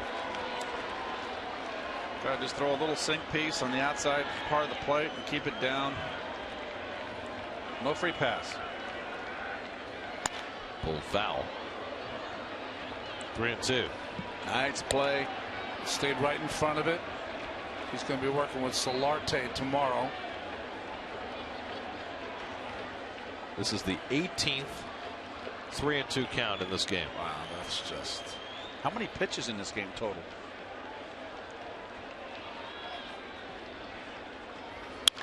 Hit sharply. Tejada with a bare hand.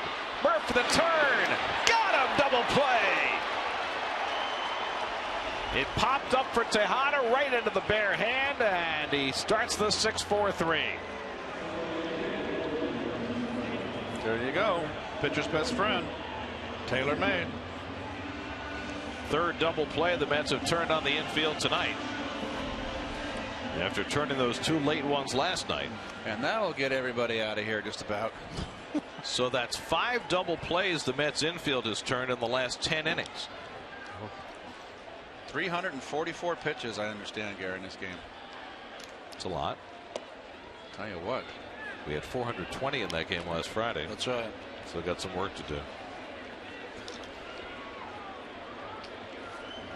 Everybody gets to leave except, folks, we're here to the end for you. Gardner's 2 for 4 tonight. He takes the curveball for a strike. 1-1. So Daisuke was living on the edge of being out of this game, and a double play later. If he gets his out here, he'll have gone what, 4 2/3? 3 2/3. 3 2/3. Right. He's gotten 10 outs. He's trying to get to 11.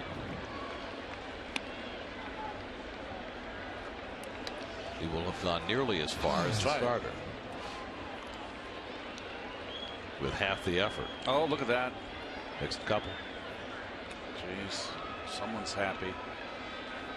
They look both happy. As long as they're together. Can't we all be friends? That's right. Gardner hits it out to left center and overcomes Lagares, who is playing that way. That retires the side. Solarte's home run gets the Yankees closer, but we go to the 9th with the Mets up 11-6.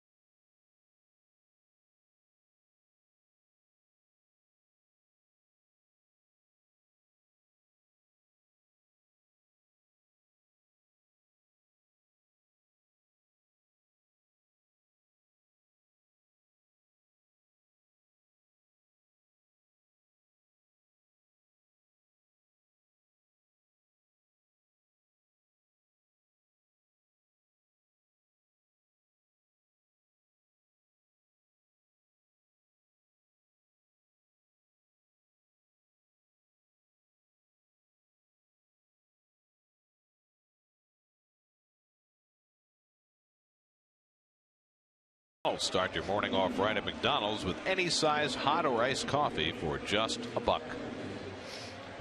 Video recap brought to you by McDonald's. Curtis Granderson, big hit in the first inning, 3-run homer, his second of the series, 5th of the year. Granderson enjoying his return to the Bronx. Got the Mets off to a fast start. They lead 11-6 as we start the 9th. Preston Claiborne comes on in relief for the Yankees. Gave up that big home run to Chris Young in yesterday's ball game. We'll face Granderson, Lagares, and Duda in the top of the 9th. And Curtis takes a swing and bounces one foul. After the 3-run homer, Granderson has walked twice and struck out tonight, so he's 1 for 2. Preston Claiborne should be a fictional writer from the South. Isn't that a great name? Preston Claiborne. Flannery O'Connor. Yeah. Shelby Foote. Ooh. Shelby Foote, that was an excellent. You wrote a 3-volume history of the Civil War. It was outstanding from both perspectives, South and North. Really wonderful books.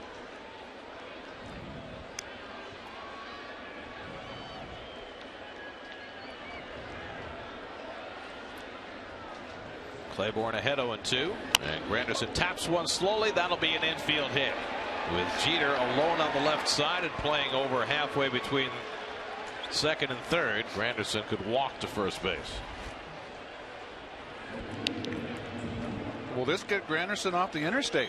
2 hits, 2 for 3, 2 walks, a 3-run bomb. That's a full evening, right? Curtis now hitting .205 for the year. Yes, it did. I figured it would. Excellent. Onward and upward. Here's Lagares, 1 for 3, a hustle double in the 5th, also has a sacrifice fly to drive in a run. It was only the Mets' 9th hit of the game after they had 14 last night. Mets have already scored a season high 11 runs. They did that inside of 5 innings tonight. Matt Daly went 3 hitless innings in relief, so that's the first Met hit since the 5th. Well, Mets are catching up. Almost half as many home runs here in 2 games as they've had all year at home.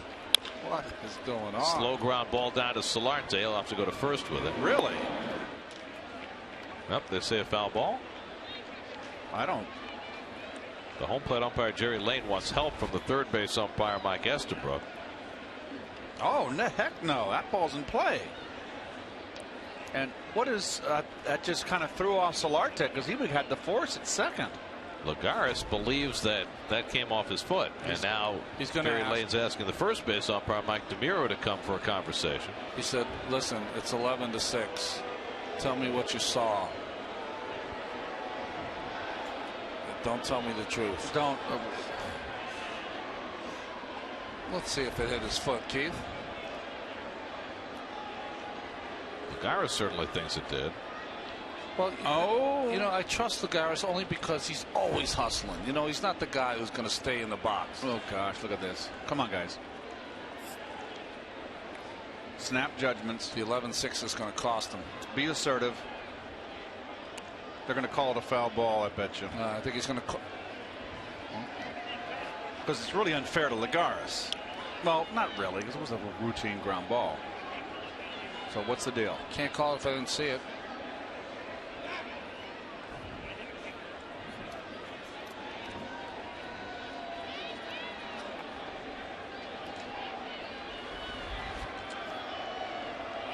There's a close-up view. It's close. I told you he was out. Oh boy, that's close. He got 11-6. Yep. That's what happened there. That's unfortunate. It certainly might have hit his foot, but it's going to go as a ground out. Hey, listen, he's been here for what, a little over a year. All of his history is all about hustling all the time. He would never stay in the box if he didn't hit his foot. Right. I give him the benefit of the doubt, but he got 11-6. That's what happened. It has the effect of a sacrifice. Granderson gets to second. By the way, he can walk to third if he wants with where Jeter's playing. Probably won't do that in a 5-run game in the 9th as Duda fouls one off. McCann gets stung by this foul ball.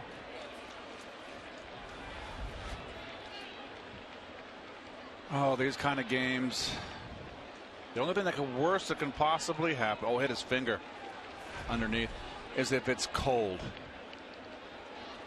You know, April cold or late September cold, then it hurts worse. Excuse me.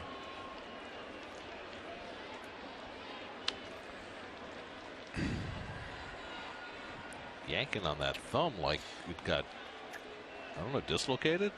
No. But why would you be yanking on his thumb? Well, because you want to see if it can take the pressure. Because what you do is you manipulate the thumb, and if you can't, if it doesn't move or it hurts, then you know that it's time to get some ice on and come out. I know thumbs. Got it. You do. Well, that particular pitch you threw was you used your thumb too, right? That splitter. Yep. Duda's 1 for 3 and a walk tonight. Facing Preston Claiborne here in the top of the ninth. And it misses low. A ball and a strike. Well, let's see. There's nobody throwing in the Mets bullpen right now. Familia was up in the last half inning. So does that mean Daisuke is going to get to finish? Well, why not? He's thrown 56 pitches in 3 2/3. He's going to be the winning pitcher in this game if the Mets hang on. So he could, if he finishes the 9th inning, pitch more than the starter. Right. That stadium is cleared out significantly. Excellent. You're just thinking about the traffic. Yes. I know. You're darn right. This means everybody's going to be on the road in front of you.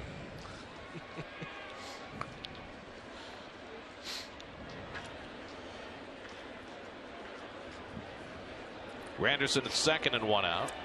And Duda takes it high, 3-1. Well, Claiborne struggled last night. Gave up a home run to Chris Young, a double to Tejada, a base hit to Murphy.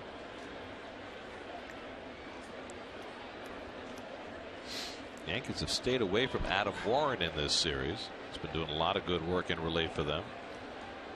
There's that Angels final beating the Phillies on Mike Trout Day in Philadelphia. Unofficial.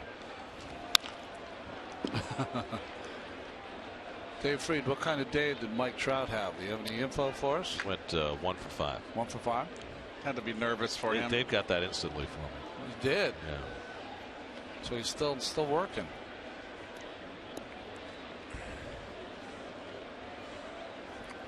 I don't know why they don't have a score up there, because Milwaukee leads Pittsburgh 4-1 in the bottom of the 7th.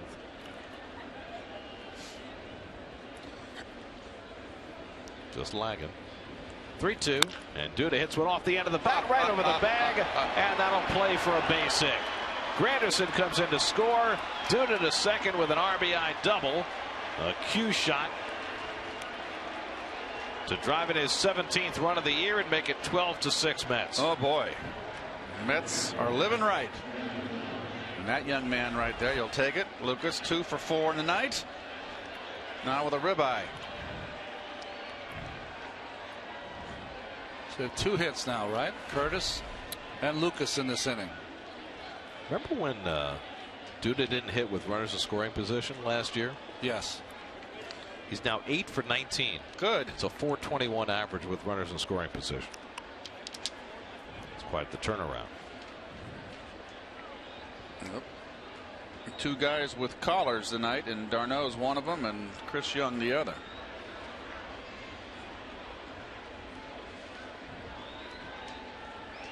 Here's Darno, who's 0 for 4. Struck out his last time up in a check swing foul.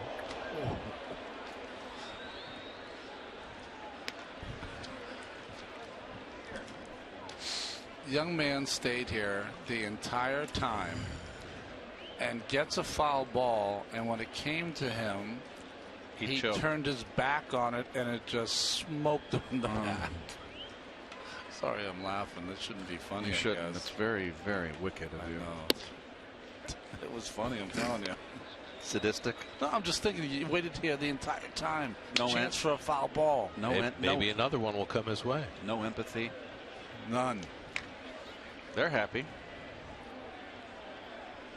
The number of fans left in the ballpark right now is very reminiscent of that first ever Mets-Yankees game. The Maliki shutout. Darno strikes out again.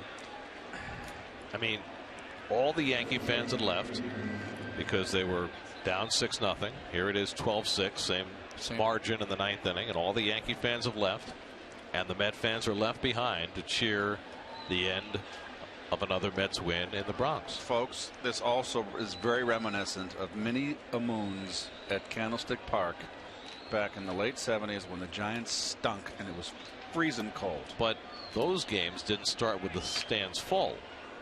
I understand. But this is what you played in right here at Candlestick Park with nobody.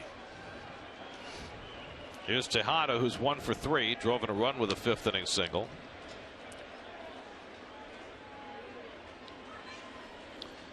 By the way, the last time the Mets put together back-to-back games where they scored 9 or more runs, you got to go back to the middle of the 2012 season. Wow. They had 3 games in Tampa Bay when they scored 11, 9, and 9 in consecutive games, and 9 last night, 12 tonight. First time since then, almost 2 years ago.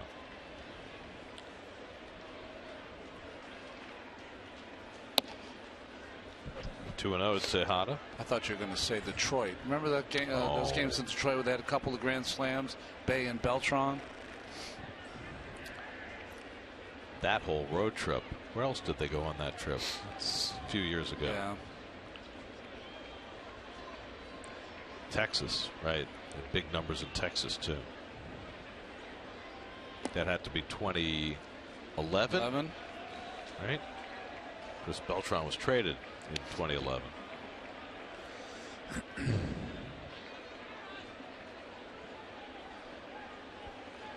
Looking ahead to the bottom of the 9th, the Yankees will have Jeter, Ellsbury, and Teixeira coming up, and Familia's getting up again, so perhaps he will pitch in the bottom of the 9th.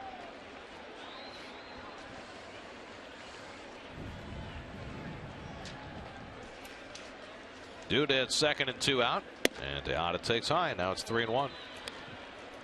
Eric Young Jr., who's already had 5 plate appearances tonight, is now on deck.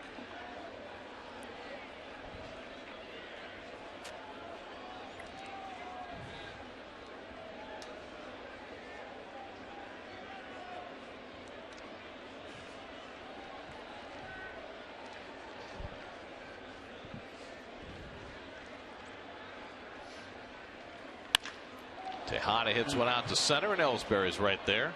That retires the side, but the Mets add a run on Duda's RBI double. Mets have scored in 5 different innings, and they lead 12-6.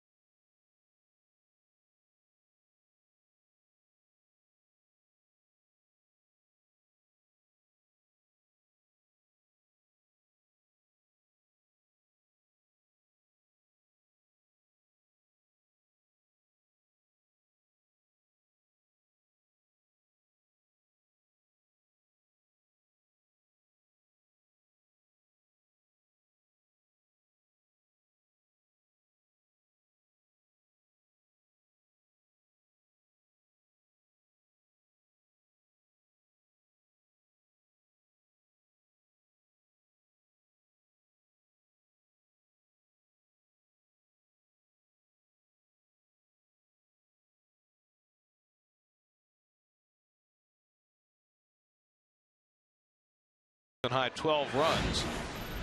Play of the game brought to you by the 2014 Mazda 3 with seamless connectivity. Speaking of connectivity, 643. There you go, right?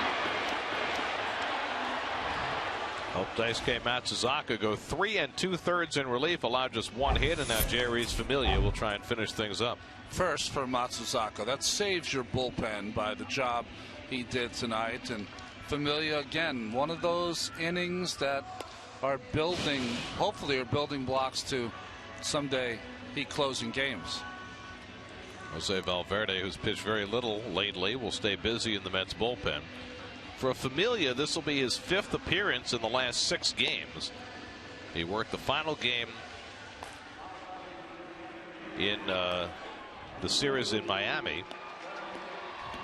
Then he worked all 3 games of the series against the Phillies before getting a day off yesterday and right back at it today. Derek Jeter's been held in check tonight.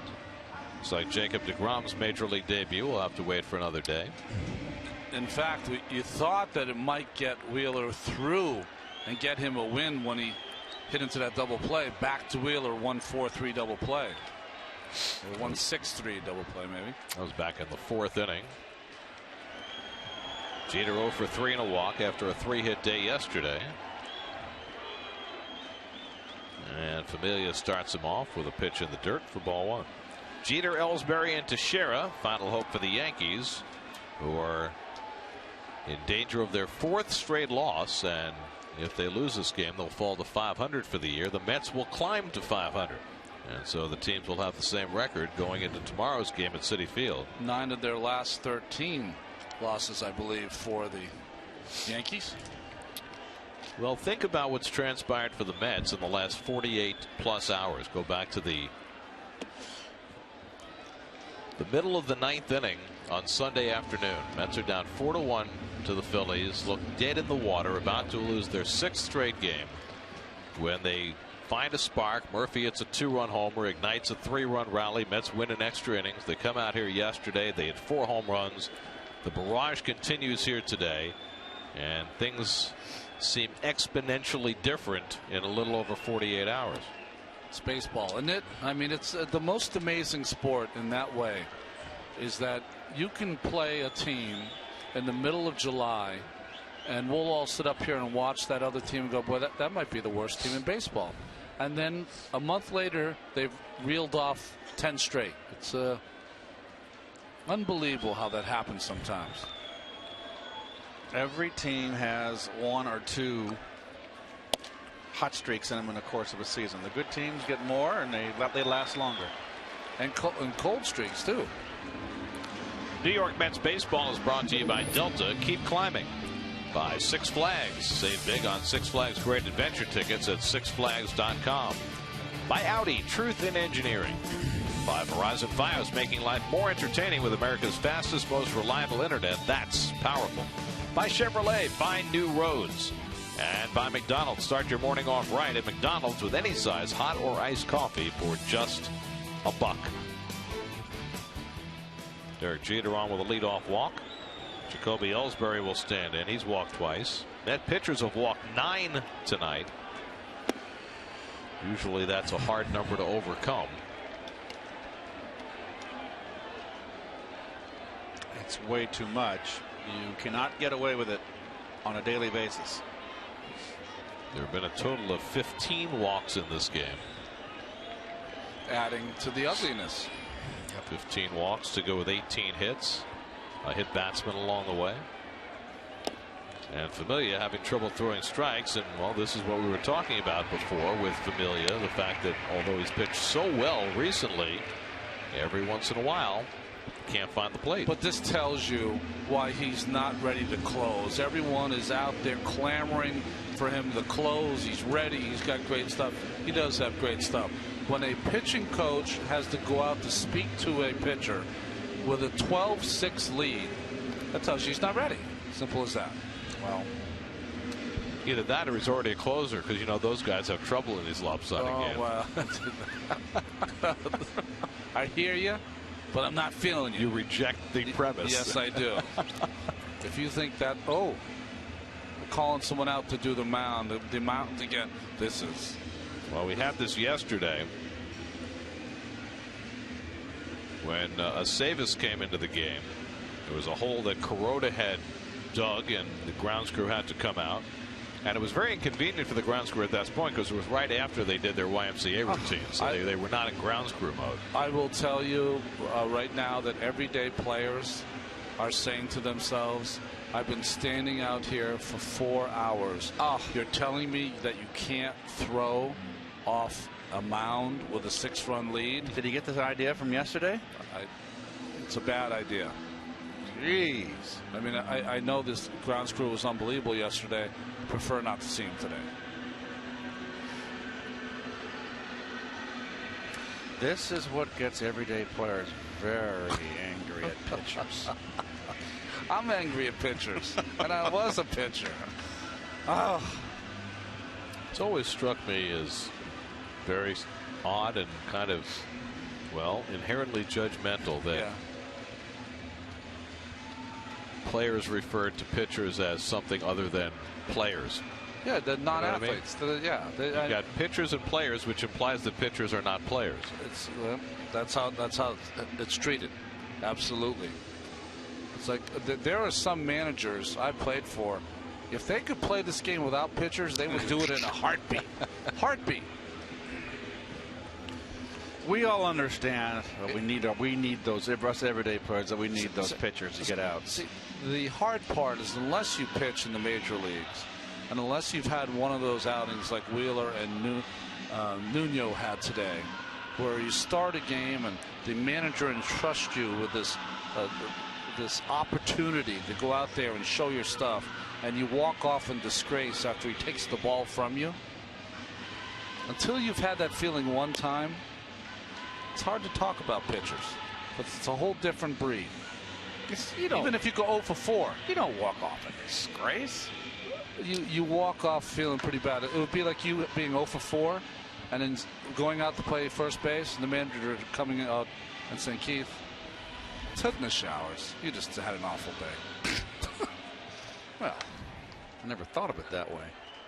Come to think of it. You could have. I'm trying to stand up for the non-athletes. You could eliminate the pitchers and just use a pitching machine, and then there'd be fewer Tommy John surgeries. I know Lou Piniella would love that. Here's Jacoby Ellsbury taking a strike, and it's 2-1. So after Familia threw 6 in a row out of the strike zone, he gets the mound repaired, and he's able to throw a strike. Yeah, if you had the pitching machine, you just need WD-40. You wouldn't need any like Tommy John. Put several noted orthopedic surgeons out of business. I mean, it works for the 8-year-olds, right? That's right. Get off the pitching machine. That's right. That's that and the coach pitch year are usually the best offensive years most kids have. Yeah, because they know they're not going to get hit. And then you have some kids, once the kids start pitching, they're a little wild. Yeah. Well, the action level goes down at that point. Yes. A lot of walks and strikeouts. Gary, I just want to make a point. Would you like to? You don't have to come back to the Yankee Stadium again this year. Unless Mets and Yankees square up in the World Series. Gladly do that.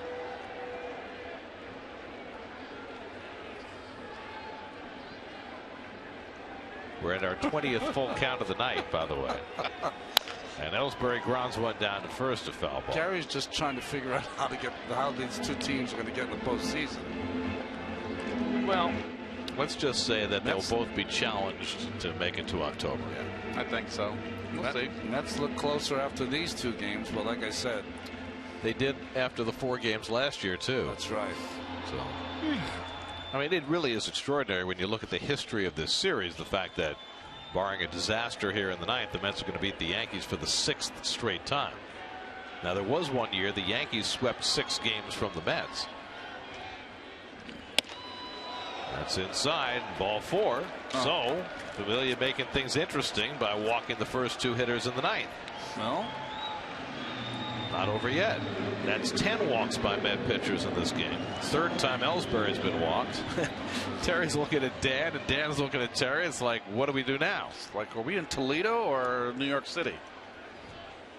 well, nothing against Toledo. You're talking about the International League. Yes. Okay. Mark Teixeira 1 for 4 tonight. It's one out to center. Lagares has plenty of room.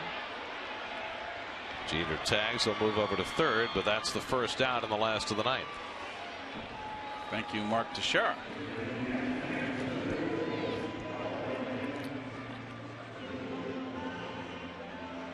So 1 out, 2 aboard, and Brian McCann coming up. McCann's had a good night. 2-run homer, single, walk, 2 for 3. Last time up, he hit one of the warning track in right field that Granderson was able to catch. Well, this is now officially the Mets' longest 9-inning game of the year. They played a 3:47 game in Colorado. We're not quite at 4 hours yet, but we're getting close. And McCann takes a strike. Can we have a quick text poll? If no one's going to watch the post-game hit digitally, we're not going to do it. So just text us and say, hey, you know what? We'll give you guys a break. 100% of you are not going to watch the post-game hit. I guarantee you, we might be able to get away with it because I know Kurt's asleep right now. I will guarantee you, if you don't do the post-game hit, you'll get a text, you'll get a phone call, you'll get an email. So if that's okay with you, go right ahead. Well, you get one every day. What's the difference? Lately. 0-2 to McCann. And he drives one down the right field line. That's a base hit. Going to the wall. Jeter scores. Ellsbury to third. McCann will stop at first. It's now 12-7 Mets. And we're not done yet. Third RBI of the night. Third hit for McCann. McCann's had a night. And that gets Dan Worthen to the telephone.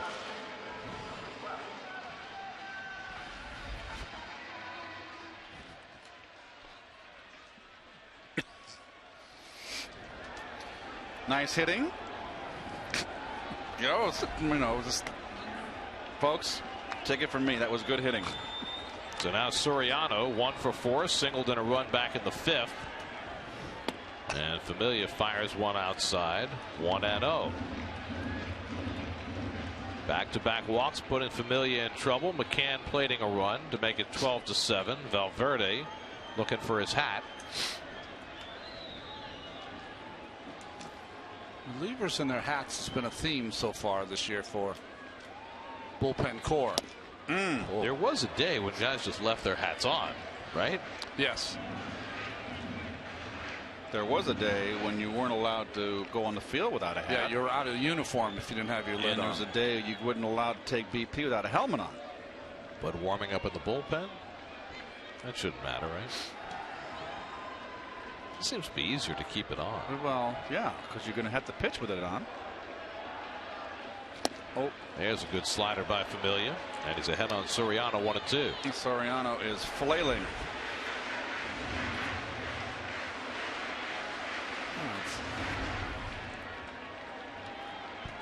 12-7. It's 11 o'clock at night. Is it 11? 11:05 to be precise. Familia ahead 1-2. Struck him out, and hit on the overswing is d'Arnaud. Says he's okay, but boy, Soriano clocked him, and Terry Collins and Ray Ramirez are going to make sure d'Arnaud's okay. Oh, come on, guys. All this. Big follow through by Soriano. Gets him right on top of the helmet.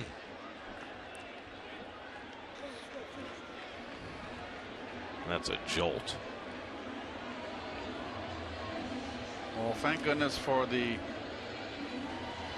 contraption he's wearing. You know, there used to be a day, of course, when the catchers would catch with their regular hat on backwards got that with right. the mask, and that would have certainly cut the top of the catcher's head. Well, now the Yankees are down to their final out. d'Arnaud takes a blow and keeps on. Yangervis Solarte hit a home run his last time up. He's 2 for 3 and a walk tonight.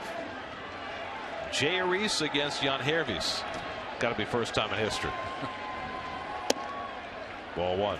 Yangervis is a made-up name, by the way. It combines the names of his parents. Parents, right. So I don't think there's anybody else with that first name. And Jay Arias is also a rather unconventional name. And now Familia behind 2-0. Pix 11 News eventually. No text poll. Sorry. They're waiting at the news station for us, huh? The studio.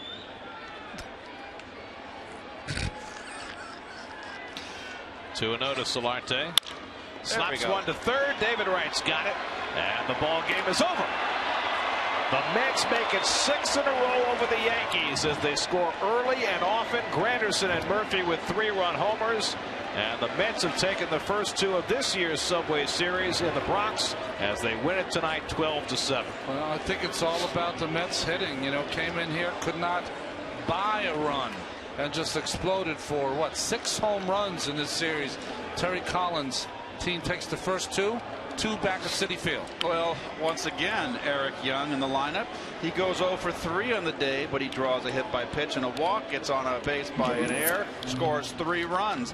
He's the big spark here. Big day for Wright with 3 hits. And Granderson, another home run. And a great job by Daisuke Matsuzaka in relief. He goes 3 2/3 to get the win behind an ineffective Zach Wheeler. And the Mets win it 12-7. Their 3rd straight win as they get back to 500 for the year. Game summary brought to you by Nissan. Shop ChooseNissan.com.